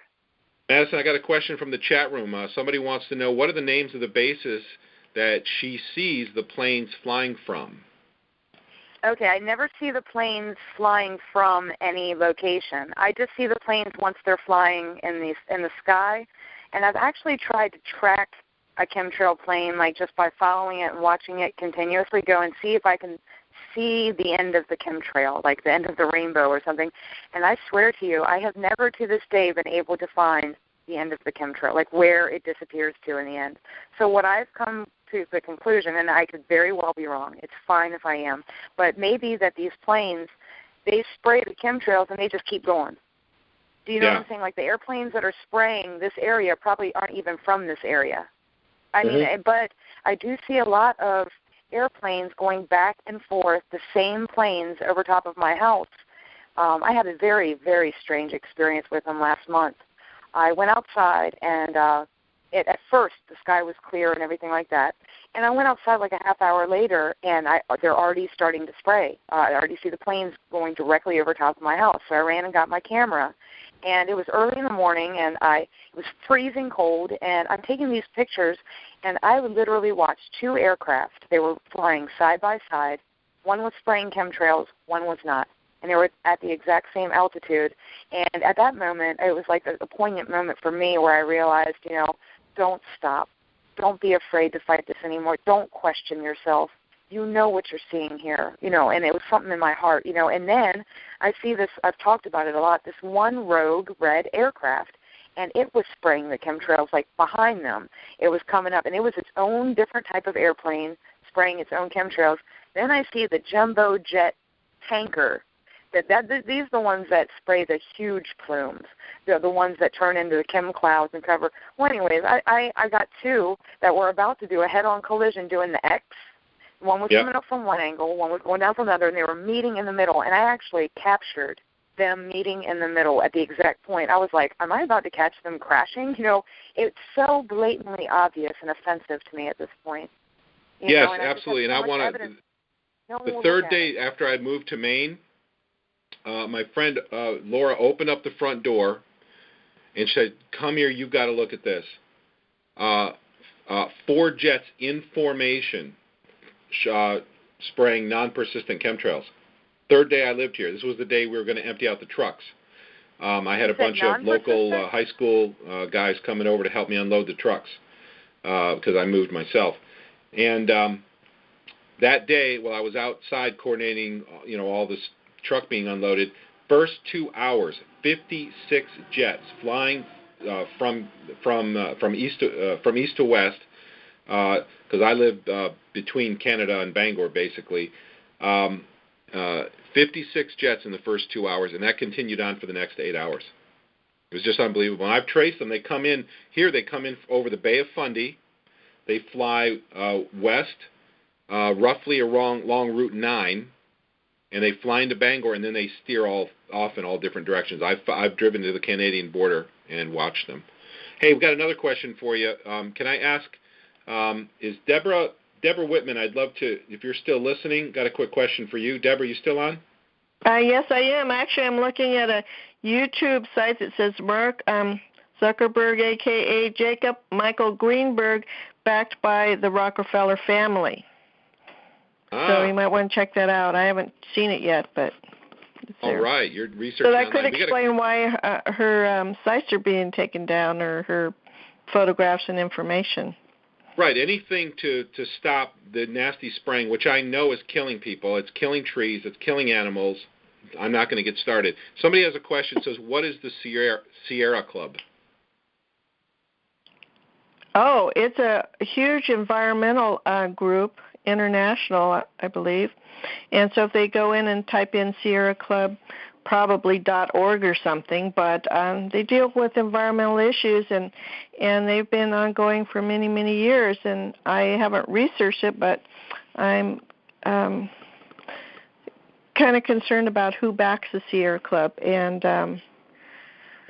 what's really going on there. So there's some research that needs to be done. I don't want to speak out against them, but I'm just going to say that they're not dealing with this issue, with at least the Yolo County one wouldn't let me speak, and I know the Placer County is not taking any action on this either. So, just research Sierra Club and the history and who backs the organizations who back them. I don't know if they're getting government funding. They're huge. They're just huge. And I understand there's some other environmental organizations that you need to be aware of. Yeah, absolutely. And this is the one thing that people need to be aware of too. And I want to get back to Madison in a second too. I'm not trying to talk over you, Madison. Yeah. This is your. But I have nobody funding me except for me and a few donations that I get from private individuals. I don't get any government funding. I don't get any corporate funding or donations or anything. So it's just me and some few private individuals. So just be aware of who you're dealing with and follow. See who's funding them, what they've been doing, and do research with any group or corporation or company anymore.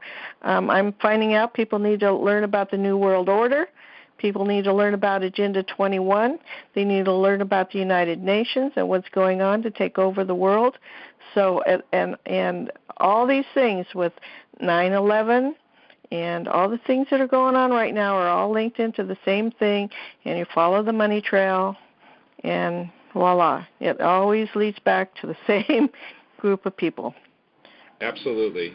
So, all right. Yeah, just research the New World Order, and when you get involved with any organizations, see who they're getting funding through, and yeah, put absolutely together.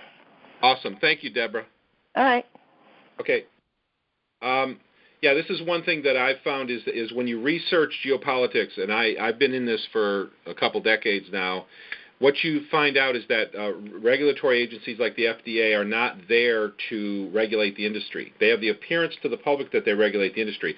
What they actually do is they protect the industry. And the way the FDA does that is they suppress the competition. And the way they suppress the competition is that they make sure that people selling competitive products like the herbalists, which really work and there's a lot of science behind them, don't compete. So there's all these ridiculous rules about if you want to sell herbs, if you have an herb store, you have to keep any scientific literature 20 feet away from the herb that you're trying to sell. You can't make any claims that it helps.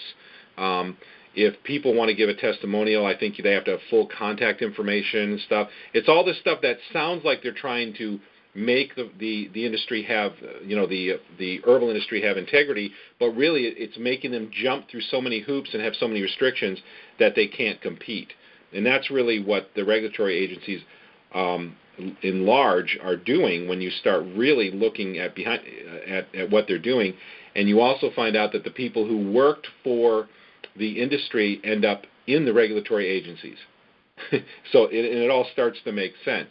And there's a lot you could go into there. But I don't know, Madison, what do you want to talk about? We got a few more minutes.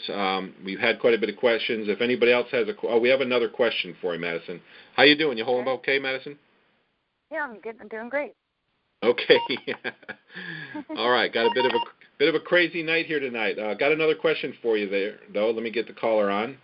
Hello, caller. How are you doing tonight? Hey, good. This is Helen calling. I just wanted to say thank you to Madison for her tenacity and her bravery against going up against these organizations, which can be so frustrating, and for your persistence. I more, rather than having a question, what you were just talking about with Deborah Whitman and the New World Order and what we've been talking about tonight, I wanted to call everyone's attention to something called Thrive.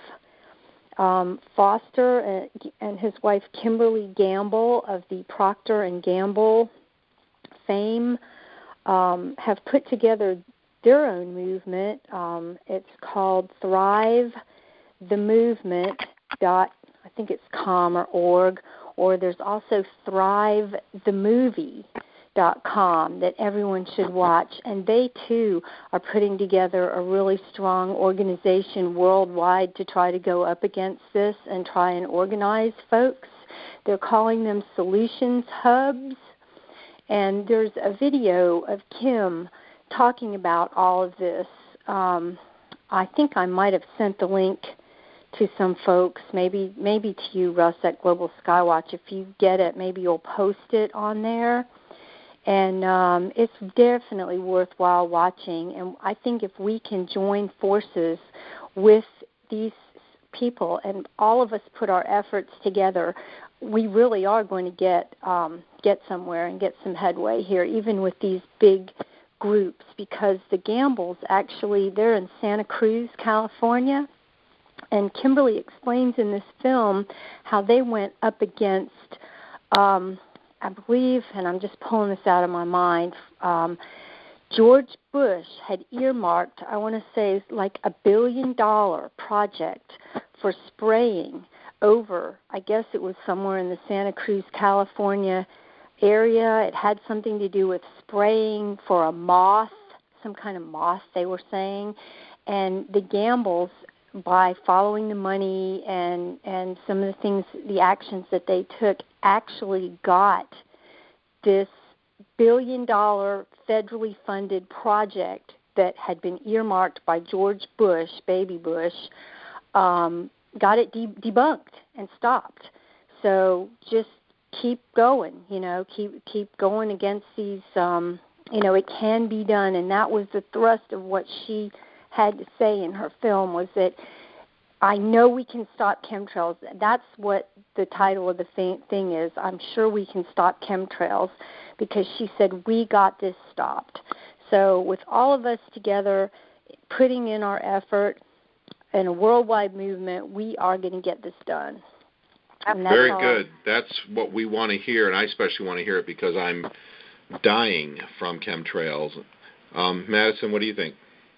I think everything she said was beautiful, and that's exactly what I want, and what everybody that's involved in this wants. We are uniting, and we are growing in numbers each day. I mean, just look at your show. I mean, your show grows every day. The word's getting out, and it's awesome.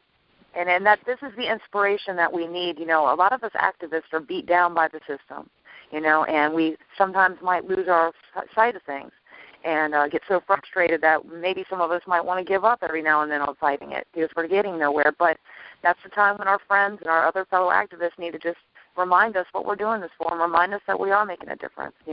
Everyone is. And remember that this is not the way it's supposed to be. Government exists by the consent of the people. And government is supposed to do everything to your advantage and by your permission. That's the way it's supposed to be. We're not supposed to be being sprayed by toxins. I had a chemtrail-induced heart attack in 2011, almost lost my life. I live my life day to day now wondering if I'm going to get up the next morning, and I'm not looking for sympathy or anything like that. I'm just telling people the way that it is, because God only knows how many people have already died. How many people have already died because these people are spraying literal poisons on them? And now what's going to happen with the food supply? Now the food supply, and then how many people are going to die when the food supply is insufficient and prices skyrocket? These are all artificially created problems that should never, never, never exist. Right. Amen. It's really sad and scary. It is, but the thing is we've got to be brave. That's the thing, is that without courage there is no freedom. And the world has in large forgotten that today. If you want freedom, you need to be courageous about it. You need to be courageous, because if you're afraid, somebody's going to come along and they're going to enslave you on one level or another. And that's exactly what we've seen. They have been scheming and building these plans for years and years and years to achieve more and more power and more control, while people were dancing and singing and sleeping and not paying attention. But that time has to end now, because it has gotten to the point with chemtrails that you can't escape being poisoned. I have a question for you. Yeah. Can I ask you a question? Why do you think, and how do you think that the people that are spraying these things, they have to breathe it in too? Like, I've always wondered, the military bases that are right next to my house, I mean, we get bombarded daily with chemtrails. So you know that all the military people are getting it, and I just don't understand. How are they spraying themselves? Do they have some type of vaccination that helps? No, I believe what they're doing, I believe there's a few different answers to that. First of all, people at lower levels probably think they're doing something beneficial, and they're being told this is harmless to you, or you might get a headache, but your body will pass it and you'll be fine. No big deal, but it's really important that you do this. Only at the very highest levels do they know how harmful it is. And I believe at those levels, they have and they can afford the $50,000 industrial nanoparticle air cleaning systems, air chelation, water-based air chelation systems. They exist. You can go online and find the industries that manufacture them. I believe that that's what they're doing. The other side of it is I do believe people on the second and third rung, because this is a very layered type setup they have. Well, it's a pyramid type setup. Everybody's familiar with a familiar pyramid. People 1 or 2 levels down are getting protection, where at the G8s and G20s, I've heard report after report that spraying stops during these meetings and for a few days afterwards, and then it picks back up. So I have no doubt that they're protecting the people who know it's dangerous, and the people who don't know think it's beneficial. Yeah, that's really disturbing. You know? Yeah. And the amount of people that are covering this up is just monumental. It's just insane. And he kept telling me today on the phone, no, we have nothing to hide. Why wouldn't I, And all of a sudden I'm like, yes, you do.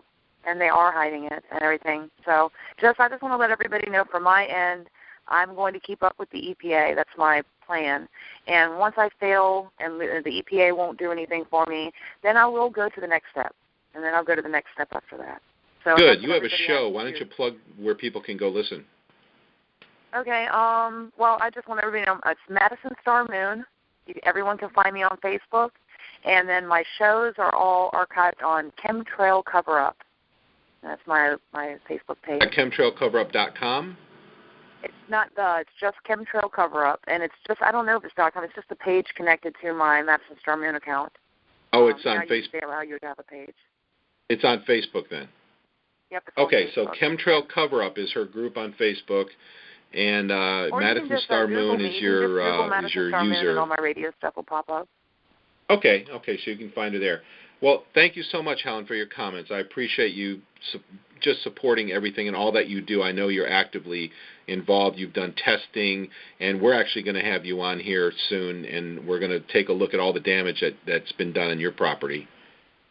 Oh, well, thank you, Russ.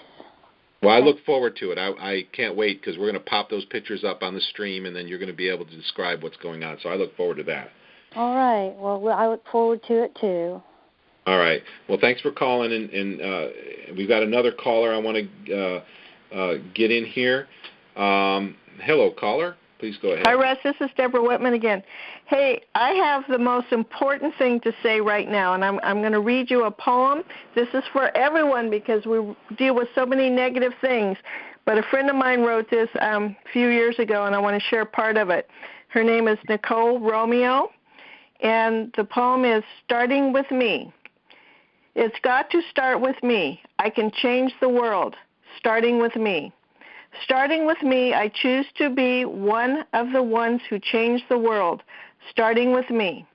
I choose to be a giver, not a taker, a lover and alive. I could change each day, make each one a better place to be. I can change the course of history, creating another destiny than the one created by the ones who once had control. Starting with me, I choose to be one of the ones who changed the world. It's beautiful. Isn't that beautiful? Yeah. And, I think we've all been selected to do our mission, and we're doing the best we can, and the movement's growing, and I'm excited, and I thank everybody. We thank you. Well, that was thank awesome. you, Deborah. I really appreciate that. Thank you for all you do once again. All right, wonderful. Well, I'll tell you what, I knew that this was going to run long. We had a lot of people logging on. We had a lot of excitement about having you on here. What else do you want to say? We got a couple minutes before we should close down here, but, what do you want to tell people, Madison? I just want to tell everybody, I want to encourage everybody to keep the faith. Keep the faith that you can make a difference. I have to post this one thing. The people that are crazy enough to think they can change the world usually are the ones that do. Okay, so just have faith in yourself. I know that the system isn't broke. It was built that way, and I hate to just keep saying cliches, but it's the way it is. You have got to just keep faith in yourself. And we are the elite. Everybody talks about the 1% being, no, we are the elite. We are the people. We have all the power. We just don't know it. And we need to use our mouthpieces and our noggins and just start really, really fighting this. get it going even more. Where does your courage come from when you call these places and talk to these people? Where does my courage come from? Anger. Yeah. I'm just can't take it anymore. I'm tired of walking outside my door and seeing the chemtrail pollution. Tired of every conversation I have with my parents or family is about chemtrails. Like, it's like all I talk about because it just bothers me. I just can't not think about it, and I can't just go outside and see them and just be complacent about it. So is this a Holocaust? It's from just being sick of it all. Hey, Madison, is this a Holocaust? Is this a Holocaust? That's a loaded question, but it's a worldwide global poisoning of the people, so if you want to consider that a Holocaust, yeah. Well, yeah, I don't mean it to be a negative question, but I just mean, what I'm just saying is that isn't this, do you think this is killing a lot of people? Yes, I do. I believe it's killing a lot of everything. Our ecosystem is good, our atmosphere, our animals and the plants. And I want to tell you another thing. I think Deborah was speaking about it, about the tops of the trees. Well, I was in my mom's yard the other day, and the tops of these plants, all of them were like broken apart, and they looked like they had been seared, singed, or burned, or something like that. And I started looking at it, and it was only on the top of this one bush with the plants and stuff. And I started thinking, I wonder if that's from chemtrails. We don't know what this stuff is doing. I mean, we have good ideas and stuff, we know, but we don't know the extent of the damage of what it's doing. And I'm fearful for the next generation of people that's growing up and seeing this and thinking that this is normal. Like, we've got to fight this now while we still have a fighting chance. If we don't fight this now, it's going to be too late. And I firmly believe that. I agree with you. And time is running out very quickly. I'm glad we have so many people listening on tonight. Looks like we have we might have another question here in a sec. But my health has been destroyed by this for 7 years. My quality of life. I have a headache as I sit here. My skin is hurting. My eyes are hurting. Every muscle and joint in my body is hurting, and the only way I'm keeping myself alive is through herbal supplements. Almost killed me. I was almost depopulated is what I tell people. And I actually just posted a link in the chat. So if you're in the chat and you see the link I just posted, that is a link to my illness and fatality reports, because for a little while I kept track of all the people I knew or friends of friends who actually died or knew someone who died of any in the past few years. And I knew in the first 3 years that chemtrails started after 2005 in the area I lived, in the first 3 years more people died than in the rest of my life combined and doubled. I could not believe it. It was absolutely surreal. In fact, I had friends and relatives who sent emails to me saying, what is going on? I mean, literally, I actually received an email, and that was a great example of one of several that just said, what is going on? Because so many people were dying. Sometimes in 1 week there would be 2 people who would die. I got a friend who worked in the government, and there were 4 people in their office that were having strokes or stroke symptoms at the same time on one day. And guess what? The sky was covered with jets. And so they had multiple ambulances there on site. And they're like, what is going on? The night I had my heart attack, second night I was there, they sprayed Bangor like crazy. For 8 hours, I was without a nurse, alone with my alarm going off of my IV, because the nurses were all called because people were having heart attacks and respiratory issues, and they could not go attend to their regular patients for almost 8 hours straight. And they don't know why. I know why, because that was the night they sprayed. It didn't happen the other night. It happened the night that they sprayed the heck out of Bangor. What do you think? Yeah. It's just really terrible. And that's why, because of people like you, and because of also the other people, the people that don't have any health problems, well, do they think that's going to last? I mean, how long can the human body take these nanoparticles of heavy metals and stuff? And also, I'm not going to go on because I know we don't have any more time, but I have a constant ringing in my ears that has just recently come about, and I don't know what that's from. I know I've heard a lot of things about scalar weapons and microwaves and maybe my cell phone doing it, but it's a constant sound inside my head, and it's very disturbing to me. I don't even like to talk about it, really, and, I don't know if that's from the chemtrails, and I actually believe it is, but without... Yeah, I have experience with that. I had tinnitus, which is ringing in the ears all my life. I had amalgam fillings that were removed in 2000. I know I'm a broken record to all of our regular listeners, but to the new people, and we've got new people on tonight, please listen to what I'm telling you, because these are answers to questions you don't hear in other places. not a doctor. I don't treat, diagnose, cure, or prescribe. I'm just telling you my experience. My amalgam fillings came out in July of 2000, and my lifelong tinnitus stopped in 24 hours. It was gone that night. Less than 24 hours. Less than 24 hours. That is insane. It was So gone for 4.5 years. I had absolute silence for the first time in my life for 4.5 years. In November of 2005, when I lived in Jamestown and they started spraying every day, guess what? The tinnitus came back. Tinnitus is associated with a few different things that I've connected, but the main, most common cause that I've found is mercury toxicity. And we need to ask ourselves, why are mercury soil levels rising across the United States? Why did Brookhaven Labs come up with a patented method for removing, just a few years ago, for removing mercury from soils? What is this all about? I'll just throw that out there and let people ponder that. But you're not going to hear this stuff in mainstream. Just like with the amalgam fillings, I learned about it in 2000. It didn't become mainstream information until 10, 12 years later. But just so people know. Looks like we've got another caller. We'll take one more question. Is there a caller on? Were you talking about me? Yep, this is that's Lynn you. in Maryland. Hi, thank you very much. I was thinking about something, and I too have the ringing in my ears, and I really appreciated. I'm sorry you're not feeling well, but I realized when you said that my eyes had been burning for hours, and I opened my door and just aired out the house earlier this evening, and it's like, oh, my eyes were just burning. So at least it was like, oh, well, now I know what that was. So thank you. Mine too. But, Mine too. Yeah, and I've been having trouble breathing, not feeling well. So, I'd rather be in denial half the time, but it's kind of hard to do. One of the things about, and I'm in Maryland, so it sounds like she's also fairly I'm nearby. in Virginia Beach. Yeah. Okay, so you have a lot of military then. One of the things I was thinking about is that we could actually make a whole lot of phone calls at one time and overwhelm those people.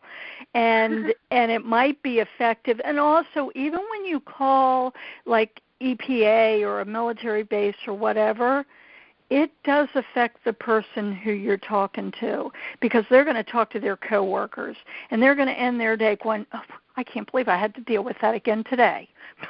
Exactly. And they all start talking, because that's the whole thing. People are in such denial. That's right. And they want to be, and whatever it takes. But, it might be a good idea to think about, especially when you keep knocking your head against the wall, it would not be hard for enough people to make phone calls to the same agency on the same day to pretty much overwhelm them. It would be awesome. I can give that's a great idea. I actually suggested that a few years ago. Well, not that exact same thing, but that people on a scheduled basis, we get a whole group of people, and this is your day, this is your day, this is your day, so that every day they're getting phone calls about this. But I think that's a great suggestion. I mean, what do you think, Madison? I think it's like the best idea I've ever heard. It's awesome because, I hate being like a lone ranger, and I always feel like, oh, God, I'm not getting anywhere with this and everything. And I would love to, like, I've given all these people's names publicly on all the things, hoping that they'll maybe someone else will contact them. But I have all the phone numbers. If anybody would like to follow up with anything that I've done, just contact me. I'll give you everything. All my information is public, and so, anybody needs anything. Okay, that's perfect. I really appreciate it. And also, I appreciate it also that you do keep track of everybody's name, because I think that's the key, is to keep that trail. And who you spoke to, and who gave you the runaround, and, and the same way that who got promoted, and who's moved to the top and still hasn't helped you. Yeah, so, that's right. Okay, well, thank you very much. Thank you so much. Thank you. Madison, we have a wonderful group of people that call. I mean, it is so refreshing to be able to meet with these people every week. And in fact, we'll end the call. We'll end the recording here in a second, but we'll have kind of a free-for-all conversation. And so if you want to stick around and chat for a minute with people, you're welcome to. But what is there anything else you'd like to? Well, first of all, you should plug your how people can reach you again. You said it was Okay. Chemtrail Cover Up is the Facebook group, right? Chemtrail Cover Up is my page where all the radio stuff is, and then and Madisonstar Moon is my Facebook. And I would love to meet anybody who's interested in this, and even people that don't know anything about it. The only thing I do not want on my page is more shills. My Facebook account, it's like every day I just get these people that go on and start debunking all my pictures. It's like, please leave me alone. Just let me do my thing and just stay on your own page. But, I know it comes with the territory, with any fighting the cause. It does, and we know that shills. This is your taxpayer money at work. I had a guy call me months ago who was in the military with a buddy, and I told this story quite frequently, but for our new listeners. And his military buddy, was getting really wealthy, and every year they got together, and he came together and said, "What are you doing to make all your money?" He says, the military contacted him, set him up in business with 200 guys that sit in a building, and they create blogs, Facebook pages, and web pages, and spread disinformation. And they act as shills online, and they get paid for it with your tax dollars. This is a contractor, a government contractor, and the guy called me, his buddy. The buddy of the guy who owns the company called me and told me all about this. This is real. This is happening. And this is why you see, if you look on YouTube, you can see Hillary Clinton begging for $350 million more dollars a year or something for disinformation. And they try to say, oh, it's for other country disinformation. No, it's not. It's been used right in this country. Hey, somebody else just popped on. Helen, do you have another thing you wanted to say? I did. I just pulled it up. It was posted on aircrap.org. It's Thrives, Kimberly Gamble will succeed stopping chemtrails. And I'm going to go ahead and email you the link, so if you want to, you can put it up on your site. But I suggest everyone listening to this call tonight, please listen to this interview. It's about 47 minutes, and she is being interviewed by the ConsciousLifeNews.com, and it's one of the most fantastic interviews I've heard recently. So definitely, that was posted on Aircrap. Awesome. Thanks, Helen. Okay. All right, that's great. Well, that's great suggestion. We're getting a lot of support, a lot of help from. We're beginning to, and that's a great thing to see happening. With groups getting together and solving this problem. Well, why do I kind of feel like you're Aaron Brockovich? You're Madison. Oh, are you still there? Oh, hold on, Madison. I think I might have lost you. Oh, I did. Sorry about that. Hey, Russ? There you are. I was just saying. Yeah, go ahead. Russ, I just got booted twice from your. This is the second time I got booted. I literally, the phone just hung up on me, and that's the second time during this broadcast that's happened. So I don't know what that's about But anyways, Erin Brockovich, is she going to be willing to do something? What is she doing with chemtrails? Does anyone know? We've had a lot of people contact her. I've contacted her at least twice, I think 3 times. And she's actually had people ask her about it in a public forum. And she's kind of like, her position right now, at least her response in the public forum when she was actually asked about it, was she's heard about it. She doesn't know that much about it. They don't have any real immediate plans to deal with it. And that was kind of, I guess she just doesn't really know much about it, I suppose. I don't know.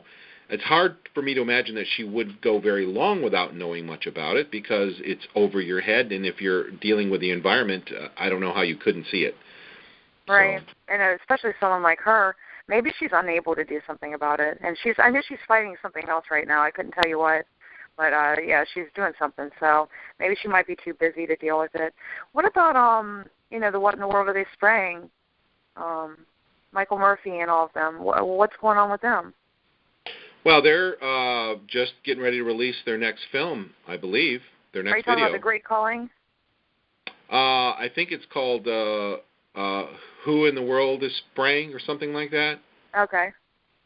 I think. Well, I could be wrong. Why haven't they been able to make more moves with all of their information and people and movies and everything? That's what bothers me. I don't understand how they could be. They literally went up to Congress and everything, and yet they're still spraying like it's nothing. So if they're unable to make moves, what would be your suggestion to someone or advice to someone to have the feeling that they can make a difference if these people can't or aren't? Well, absolutely. The reason that people can make a difference and the Michael Murphy and his crew can't is because Michael Murphy and his crew are just a few people. They're making a big difference and they're doing great things and waking up the public. But what it's going to take is a large number of people. Right now, I can call Melanie Loism, the head of the Bureau of Air Quality, and I can have conversations or try to talk to her about this till I'm blue in the face, and she can brush me off, and she doesn't have to care about me because I'm one guy and there's nothing I can do. But when there's 1,000 people standing out in front of the building saying, we want answers, we're going to file a class action lawsuit. You have known about this since 2010. You have done nothing about it. You were sent videos. You were sent personal testimonies. You were sent pictures. You're going to be held accountable. You should never work in this industry again because we showed you the largest air quality crime in history, and your job is the air quality protector of Maine. You did nothing. You've got to have a lot of people. A few small group of people aren't going to do it. So that's the key. That's our first step that we're doing right now is getting a large group of people together. Right.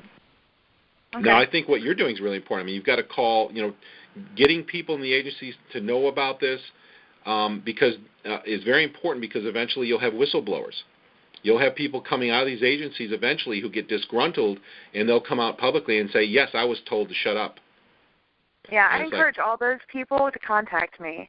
Anyone that wants to go rogue against the evil, powers that be, contact me. I'd love to talk to you. Any chemtrail airplane mechanics, call me. Any airplane mechanic, period. If you used to work for the military, call me. I mean, not call me. Contact me because, I would love to speak with anyone that can help at least guide all of us in any way. I take everyone seriously, and I love the work that you do, Russ. I mean, come on. You are a pioneer. You are making a difference, and I'm really proud to be on your show today. I just wanted to say that. Thank you. That's very humbling to hear because I never wanted to do this, and I don't even like being in the public eye. I tend to be a little bit more private, so it just goes against my nature to be even doing this, but it has to be done, and I am suffering so badly, and I know so many people who have died or are sick. We've never encountered anything like this in the history of this planet, and people need to be. I could not live with myself if I wasn't screaming from the rooftops about this going on. I think you're the same way. Yeah, I am, and also, when I want to tell people that when your friends or your family or coworkers may not agree with your stand on it or whatever, just if you give them the information and then they don't want to take it or whatever, then just you've already given them the information. Don't beat yourself down about it. I used to do that with friends or family or whatever that may not agree with what I'm doing.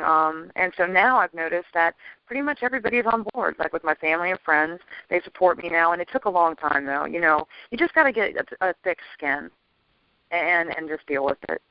And so one of the things I found is social pressure is that the majority of people, they tend to want to go with the crowd because they feel safe in a crowd.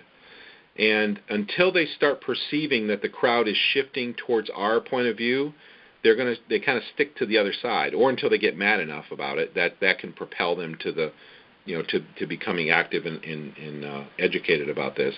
Why anyone if you talk to your family and they don't listen to you and you get that glazed over look that we're also familiar with, work outside your family, work on other people, go put a bumper sticker in your car, put a sign in your yard, put a T-shirt on, do whatever you can to win the public, because when enough of the public is with you, then your family is going to have that pressure to start saying, okay, I see what you're saying, because they're going to feel safer doing that once there's a sufficient number of people who believe you. Does that make sense? Or yeah, it makes sense.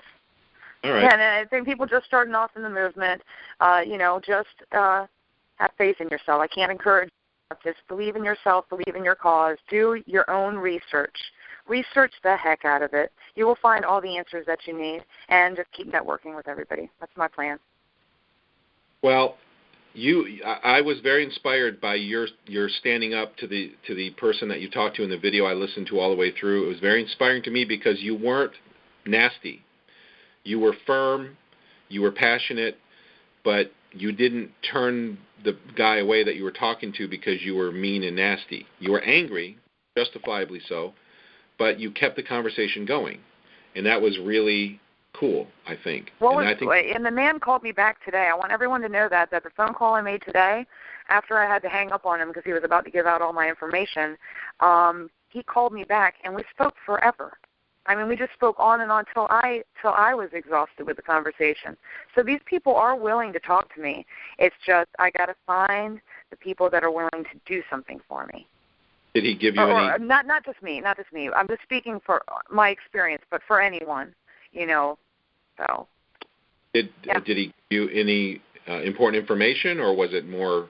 What kind of conversation was it? He's very nice. He was very nice. John Branch from the DEQ was very nice to me, and I told him that I've made him famous on the internet, and that I said, you're a household name on the internet now, and he said, good. Oh, that's great. And they all know that they're being recorded at this point. I told them a while back, actually, that and especially John and I had a conversation, and I told him everything I do with y'all is recorded, and he said he had no problem with that. So, but I actually checked into the legal aspect of what I was doing before I ever did it. I found out that it is legal for anyone to record your conversation with the federal government, any agency. I'm not so sure about the CIA. In fact, I think if I did call the CIA, I would not record it. That's too, I don't know enough about the CIA, and I don't even know if I am going to go to them, but I'm just But just for the sake of the show, that's not legal advice. That's an opinion that you arrived at based on your research, right? That's an opinion I arrived at on my own research that I did. And I do want to add this, different states have different laws with that. Yeah, okay. You're right. That was important to say that, Russ, because, in my state of Virginia, it is legal for me to record federal agencies and then replay them back. So, at first I was a little worried about that, but before I ever even made the first call, I checked into it. So I even told... Go ahead. I told him when he called me back, I said, now everything that we're saying is off the record now. And he said, it doesn't have to be off the record. So these people are willing to speak to me and do it publicly, but I just need to find, that one rogue EPA person that maybe cares, or, these people aren't going to lose their job to help me. That's true. That's true. And don't you think that maybe they want to say something? Maybe they want to talk about this, but they just, you know what I mean? Yeah, that Willis Williams guy, he's the one that stated we cannot deny chemtrails. And he said that on a recorded conversation, and then I said, I know you can't. And he said, but don't worry, you're not alone and everything. And I said, well, thank you. I don't want to be, so here's the man comforting me about the chemtrail problem, and he works for the state. Or no, actually, he was one from the DEQ. Okay, so he's kind of letting you know you're not alone. There are other people who are feeling the same way, probably inside. And he also stated that they might change their laws in the future for checking the air. So he said they're always changing. The regulations for air emissions and stuff like that is always changing to the new technology or whatever. So maybe in the future they might do something with it. Well, yeah, I certainly hope that this whole thing gets resolved. All right. This has been wonderful talking to you. I knew this was going to be great. We've had a great turnout online and on the phone conference system. Let's give your contact information out one more time. Go ahead. Wow, 3 plugs in one night. Madisonstar Moon on Facebook, or you can reach me at Chemtrail Cover Up. That's my page with all my radio shows, and I would love for anyone to listen to any of them. All of them are the same thing. Calling the agencies, and they're giving me the runaround. Yeah. All right. Well, Chemtrail Cover Up on Facebook. That's where all the audio shows are that Madison does. This program, I call it a program, but it's really just an online meeting of friends and acquaintances who are working together for a common cause. If you want to be part of it, you can be part of it by phone or online. If you want to be part of it by phone, call 559-726-1300,